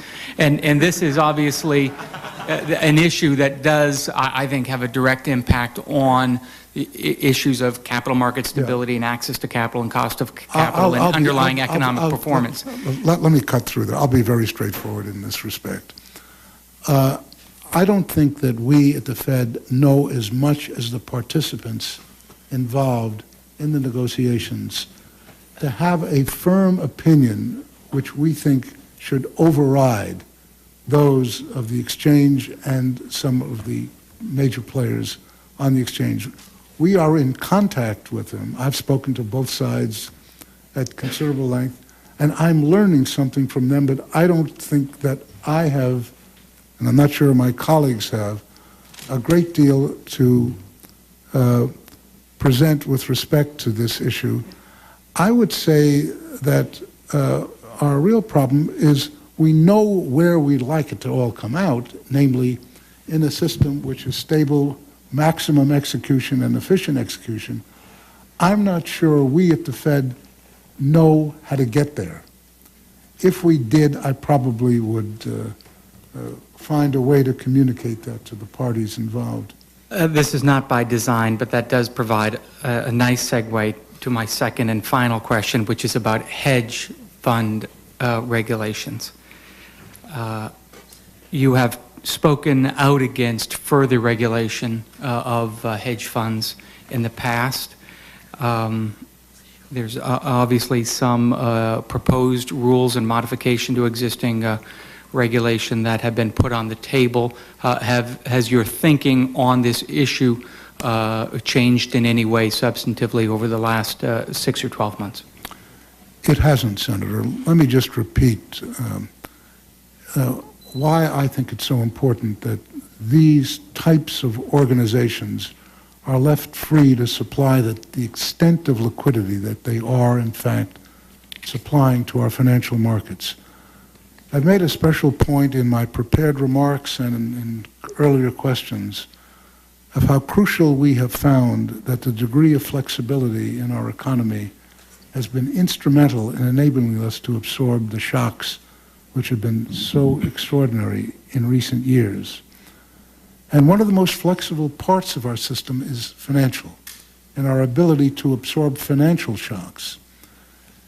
If you start to inhibit the number of types of unregulated participants in the financial market from taking the types of risks and supplying the liquidity, I'm fearful that we will remove some of the flexibility that we have in our overall system.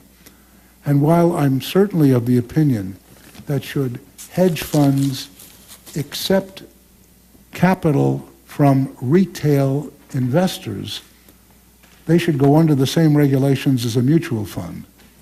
But so long as their source of funds, equity funds, are professional or large investors with net worth, say, exceeding $1 million or more, I see no purpose in regulation, and I see very significant potential loss in doing so. Thank you very much, Mr. Chairman. I see the time's expired, and I appreciate your patience. Senator Reid. Thank you very much, Mr. Chairman, and Chairman Greenspan, welcome. You spoke earlier with great insights about productivity growth and its impact on the economy, but one of the things that it's interesting and indeed troubling is that even with this rapid growth in productivity, we haven't seen a rapid growth in labor compensation to the extent we've seen in other periods of expanding productivity, which leads me to the sort of the conclusion that the expansion is now driven more by debt than by income. People are buying things not from increased wages in their paycheck, but credit cards, which is not sustainable over a longer period of time. And I suspect there's some structural reasons for this, or let me just pose the question. Why is labor compensation not keeping up? Why is this expansion as a result of debt and credit cards rather than wages being devoted to consumption? Well, first of all, I think that, as I indicated to Senator Dole, very substantial part of the increase over the last year in productivity has ended up in increasing profit margins. But that seems to have come to an end as margins have gone from a very low level to a very high level, and historically they've stabilized at this point, and there is evidence that that's occurring. This will mean that productivity growth will feed into a fairly pronounced uptrend in real wages, and indeed there is evidence that that is already in the process of occurring. The amount of income that is now moving into consumer markets is becoming an ever important factor in consumption. And even though it is the case that credit card debt has moved up significantly, it's not large enough to be a serious concern, and indeed the delinquencies and the defaults are not particularly large relative to what one ordinarily expects in that type of business. And indeed, delinquencies generally have been exceptionally low across the board in the consumer area, especially, for example, in mortgage and in home equity loans. So I'm not actually concerned at this point that we're looking at a really serious consumer debt problem, especially when one of the major factors in the growth of mortgage debt, in fact 10% of the level of mortgage debt, occurs as a consequence of the fairly significant increase in the ratio of households who are homeowners. Because if we had the 64% home ownership ratio that we had 10 years ago, rather than the current 68, 69%, we would not have had a very significant number of renters buying homes, which has two effects. One, it obviously increases the asset side of their balance sheet by the value of the home, but it increases almost to the same extent the liability side, which is mortgage debt. And as a consequence of that, what you have is a very significant part of the population which have gone from renter to homeowner, and in the process have statistically increased the amount of household debt, mortgage debt in this case, very substantially. But I would never argue that the renters, by becoming homeowners, had their financial situation significantly deteriorated. So part of this ratio of debt to income is not evidence of deterioration in household finances. It is the case, however, that if we continue to get very significant increases in the ratio of household debt to income, that the debt service charges obviously will be going up, and there is a conceivable point out there which I would consider worrisome. I just don't think that we are anywhere near there yet, and I doubt if we will. Mr. Chairman, you suggest that the wages are improving a bit, yet in May, according to the Labor Department, real wages fell by about 0.4%. And according to the Economic Policy Institute, over the past year, hourly wages are up about 2.2%, just about the rate of inflation.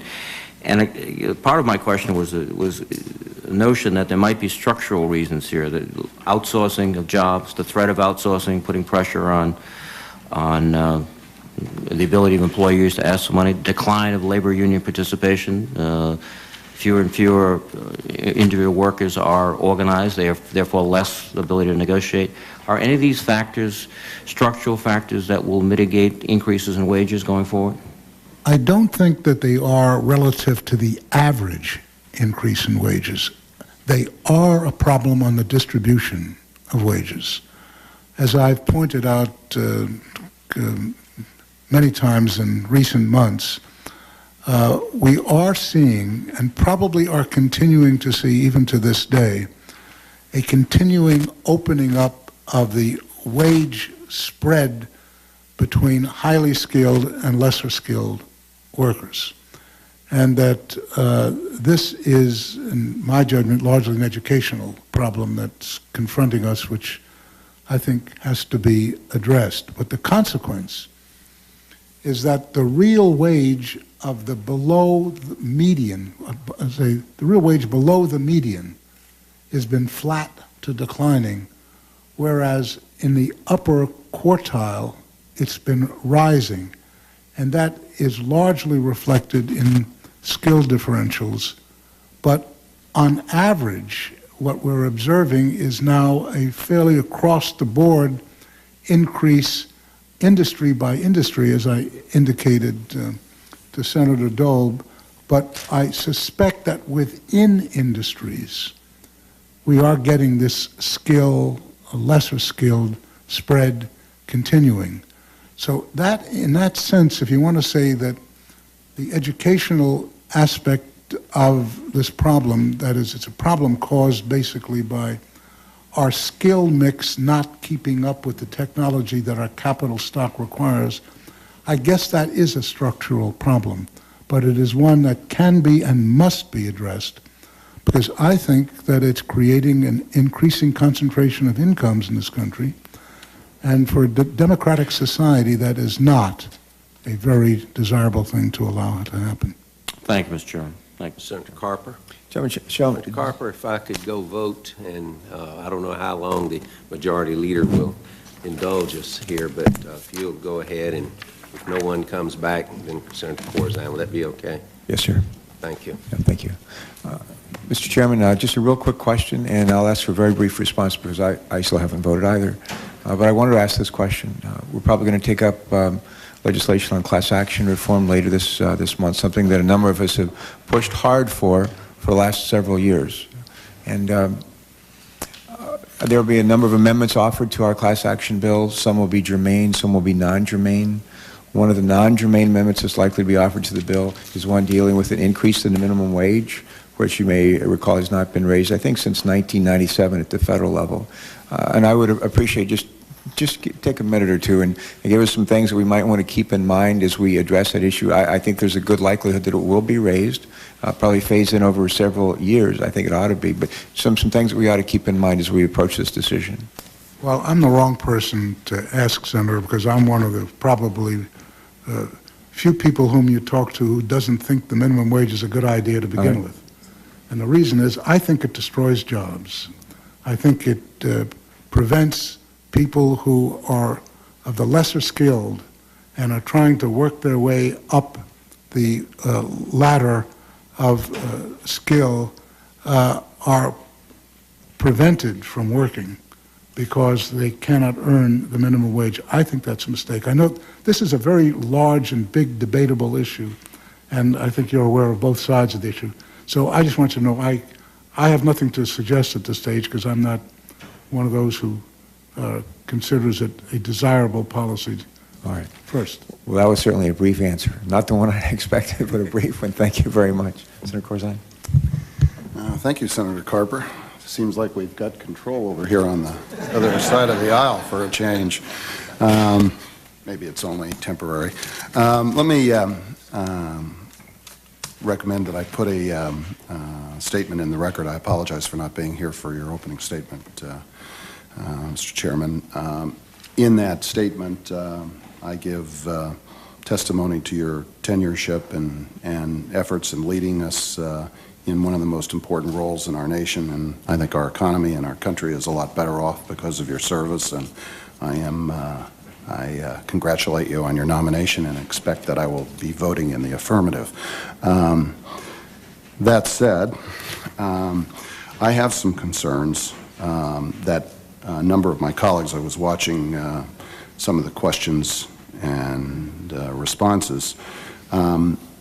Many of these come down to sort of definition of statistics. We seem to focus on macro statistics and GDP grows, and we talk about averages as opposed to means and distributions. I'm particularly pleased to hear you talk about the differential that's occurring between highly skilled and low-skilled workers. But it does cover a lot of impact for middle-class America in particular.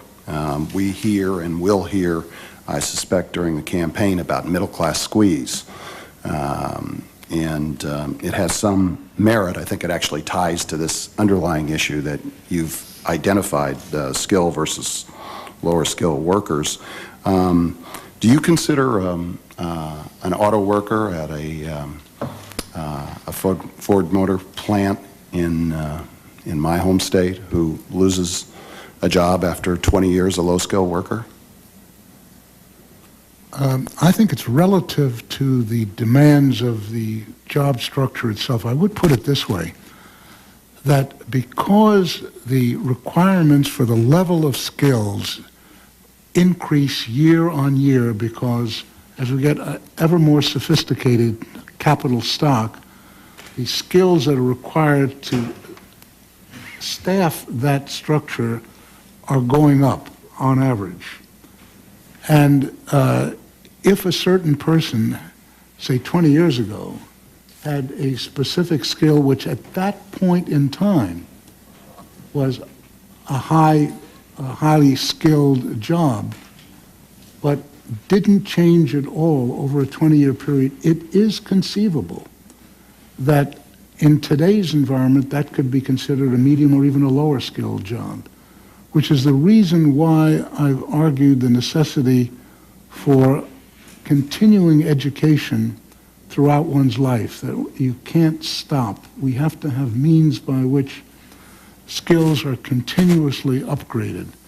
So the answer is yes, it is possible that somebody who was high skilled at an earlier period did not lose any of those skills could in a later context be designated as medium or low skill. Might even be the pace at which they picked up those skills. They may even have trained themselves for an advancing economy but not stayed with the pace. I think that there is concern, or I certainly have concern, about the erosion of the industrial base in the context of this, and I think you see that in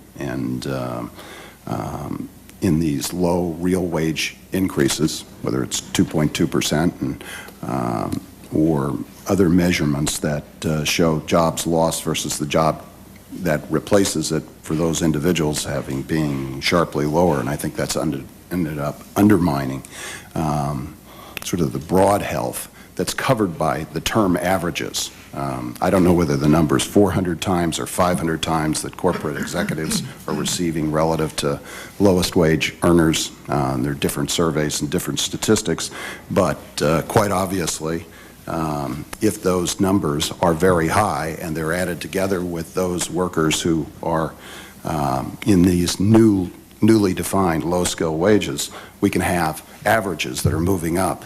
And in fact, broad swaths of our society are not where they are. I think this is one of the most important issues for us to debate. It does get to the long-term issue of education and retraining, which gets to the second element that I would like to talk about. That gets to having the ability for society to have the resources to be able to invest in education, to help create that skill set as we go forward, whether it is investing in community colleges or it's investing in Pell Grants that allow for many of those folks who come from low-skill families to access higher education.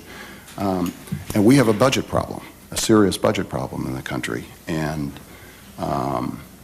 we are about to impose on ourselves, or at least some think we're about to impose on ourselves, pay-go rules that work against spending but don't work against taxes. And I heard your response to Senator Schumer that don't like answering hypotheticals.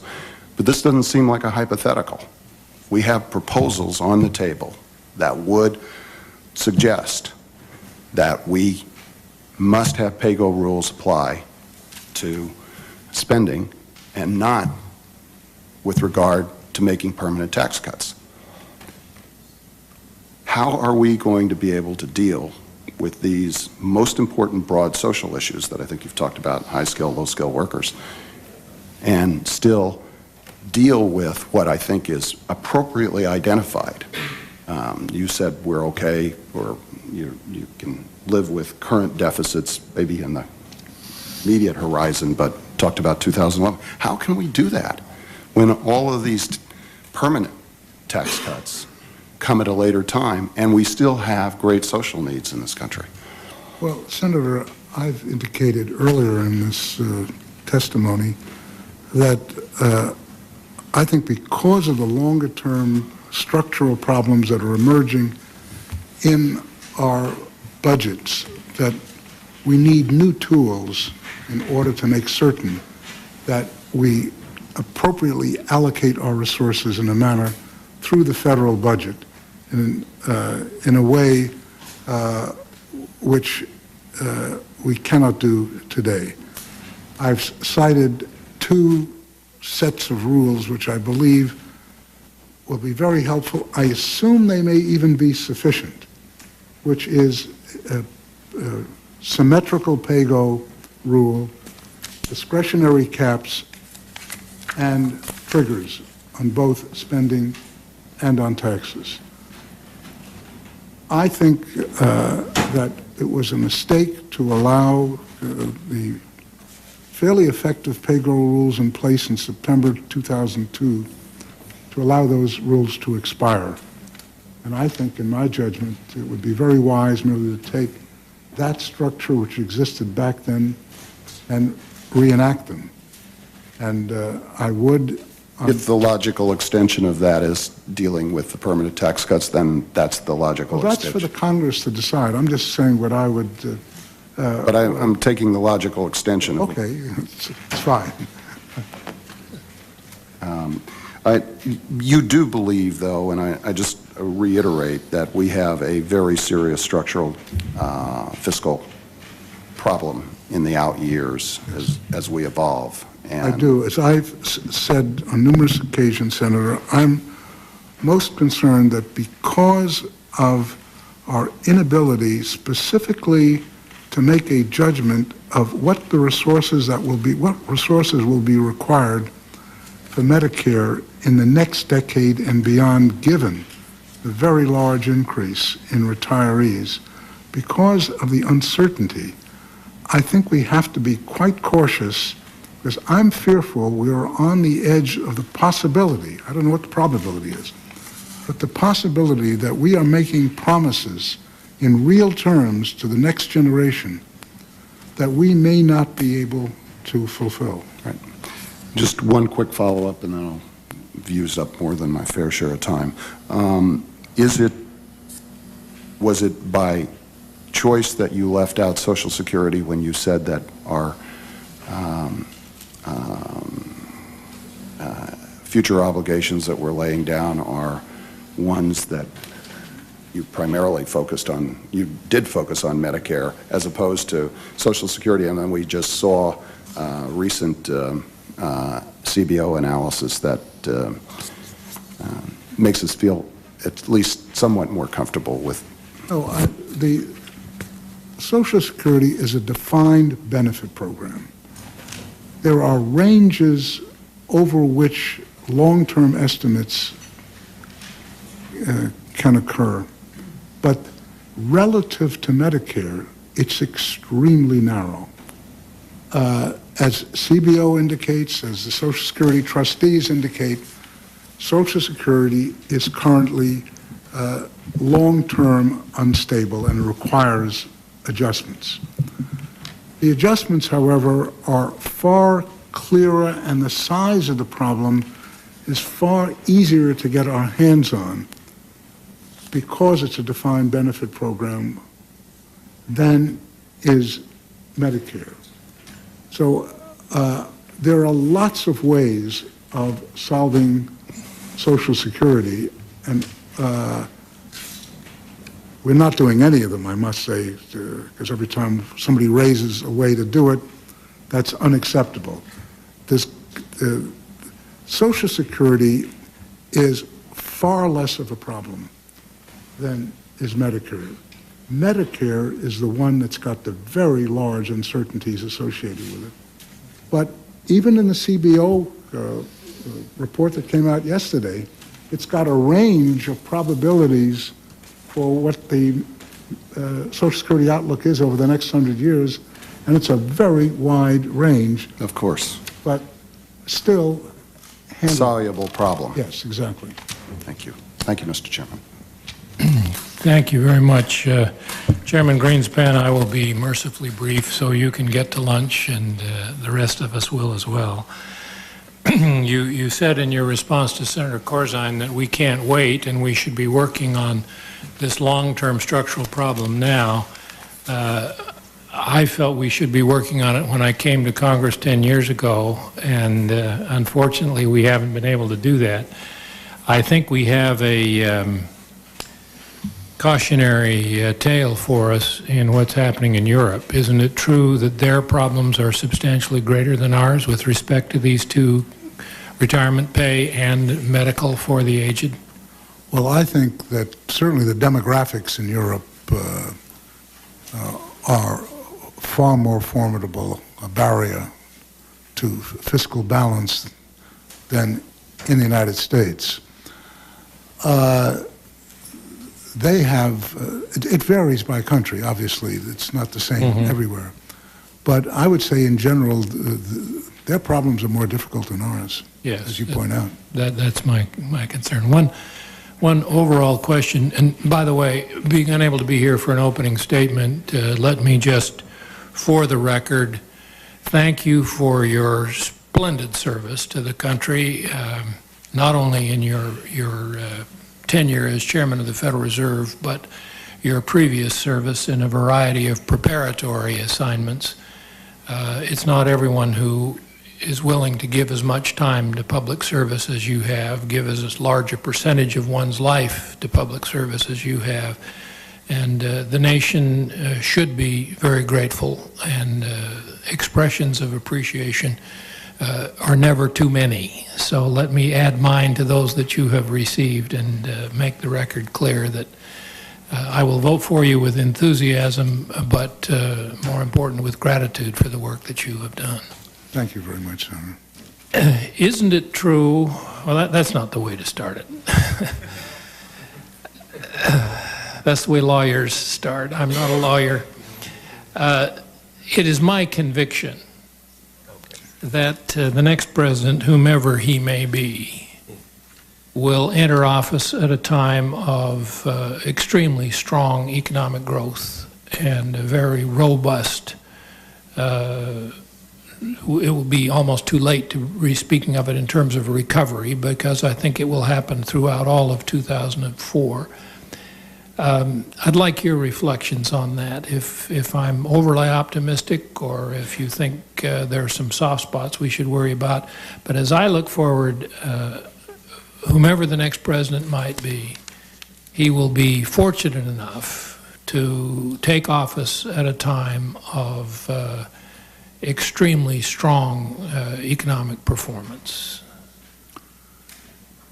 I think that's right, Senator. The reason I hesitate is that forecasting even 6 months out is slightly precarious. But as I indicated in a presentation I made last week, there is something about this recovery which doesn't have underlying destabilizing momentum, in other words, of going too fast. And the way we know that is that despite the fact that capital investment has been rising fairly appreciably, it's falling behind the very significant rise in cash flow. And it's very rare in a recovery that you will find that capital investment at this stage of the recovery is not running well ahead of cash flow, and that borrowing requirements accordingly are very significant. That is not the case today. The corporate bond markets are very slow. Indeed, in the month of May, the last time we had data, actual net bond issuance, that is, gross issuance minus retirements, was negative. So there is yet another shoe to drop in the expansion, if I may put it that way, which is an increasing sense of confidence in the business community to start moving up capital investment to still higher levels. And that's the reason why I think that this particular recovery has some momentum in it and does not look to be short-lived.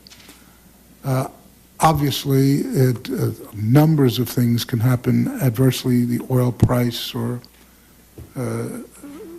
any of a number of destabilizing events. But right now, I would tend to be fairly much in the same camp that you are with respect to the outlook. Thank you very much. Thank you, Mr. Chairman. Mr. Chairman, I have a number of questions for the record, but I will submit those for the record. A couple of things, and maybe we can go in the early afternoon, get out of here, in other words. Mr. Chairman, you've previously testified before this committee about your concerns on the unrestrained growth of debt by the GSEs. With the current rise of long-term interest rates and the possibility of the Federal Reserve raising short-term rates within the year, the housing market has seen a dramatic fall in mortgage refinancing. What effect, if any, would a potential slowdown of the housing market and asset-backed securities industry have on the current health of Freddie Mac and Fannie Mae? Does that concern you at all? No, that doesn't, in the sense that I have no problem with the way they manage their structure, both their portfolio and the securitization parts of their business. I think it is rather well done. They do a fairly impressive job. My concern is the issue which I raised before this committee previously, that the size of the subsidy that is debatable, but I'm sure is there, creates the problem of expanding assets, mortgage assets, or indeed any set of assets, in a way which could become destabilizing if it continues on very much beyond where they are, because they have become very large financial institutions, and because of the subsidy, they don't have the automatic market adjustment forces constraining their growth. Now, to be sure, they have slowed their rate of growth fairly recently, and I trust that's the beginning of a conscious trend to slow things down. But if you have a subsidy, the initiation of which is wholly up to you. Remember, this is not a subsidy that the Congress has given them. It's the market's perception that in the event of a serious problem, the United States government will bail them out, and that therefore the debentures should sell close to U.S. Treasuries. But there is no limit to how far that debt can expand, because it's up to the companies, Fannie and Freddie, to determine how much. That's what concerns me. Mr. Chairman, I don't have the exact figures before me now, but if you put Freddie Mac and Fannie Mae's debt together, they're way up there. They're approaching the public debt of the country, are they not? Indeed they are. And that's got to be... And in certain of the measures, they exceed it. Yes, thank you. Mr. Chairman, under your tenure at the Fed, what particular changes have been made in the system as an institution that you think were the most significant? You mean in the Federal Reserve System? Yes, sir. While you've been there. As you reflect back. Yes, and it's a very interesting question, because you tend not to think in those terms. You're usually going on, what have we done recently? I think that our technique of evaluating how the economy is functioning and our ability to understand how markets are operating, and most specifically, how we interface with the rest of the world, are new initiatives in the last decade or so, in fact, being driven by the world economy, essentially. In response, we have built up technical capabilities that enable us to evaluate these things far better than I think we were able to earlier on. Technology has created a major improvement in the payment system in the United States and indeed in the world. And our interface with that ability, with that payment system, and our oversight of it has gained, has increased very significantly. And looking back at the overall efficiency of the American financial system and the extent where we at the Fed have been helpful along the way, I think has been very important from our point of view. Then, as Senator Sarbanes indicated very early on, we've also found that we interface with the markets better as we disclose more. There are limits to how far we can go, because there are concerns often that if we were to televise our FOMC meetings, I think we would find that disclosure became absolute, but our efficiency would not. So we have to trade off the ability of knowing how best we can manage our deliberations to fulfill the Congress's mandate. And I think we're gradually moving in that direction. I think we have a way to go. We're not there yet. But we've come a good deal on the issue of getting optimum transparency. What particular reforms or measures are you interested in achieving during your 5th term as chairman? If you're at liberty to talk about it now, maybe you're not. What would you like to do? The major focus that I think that we are involved with is, as I've indicated earlier, the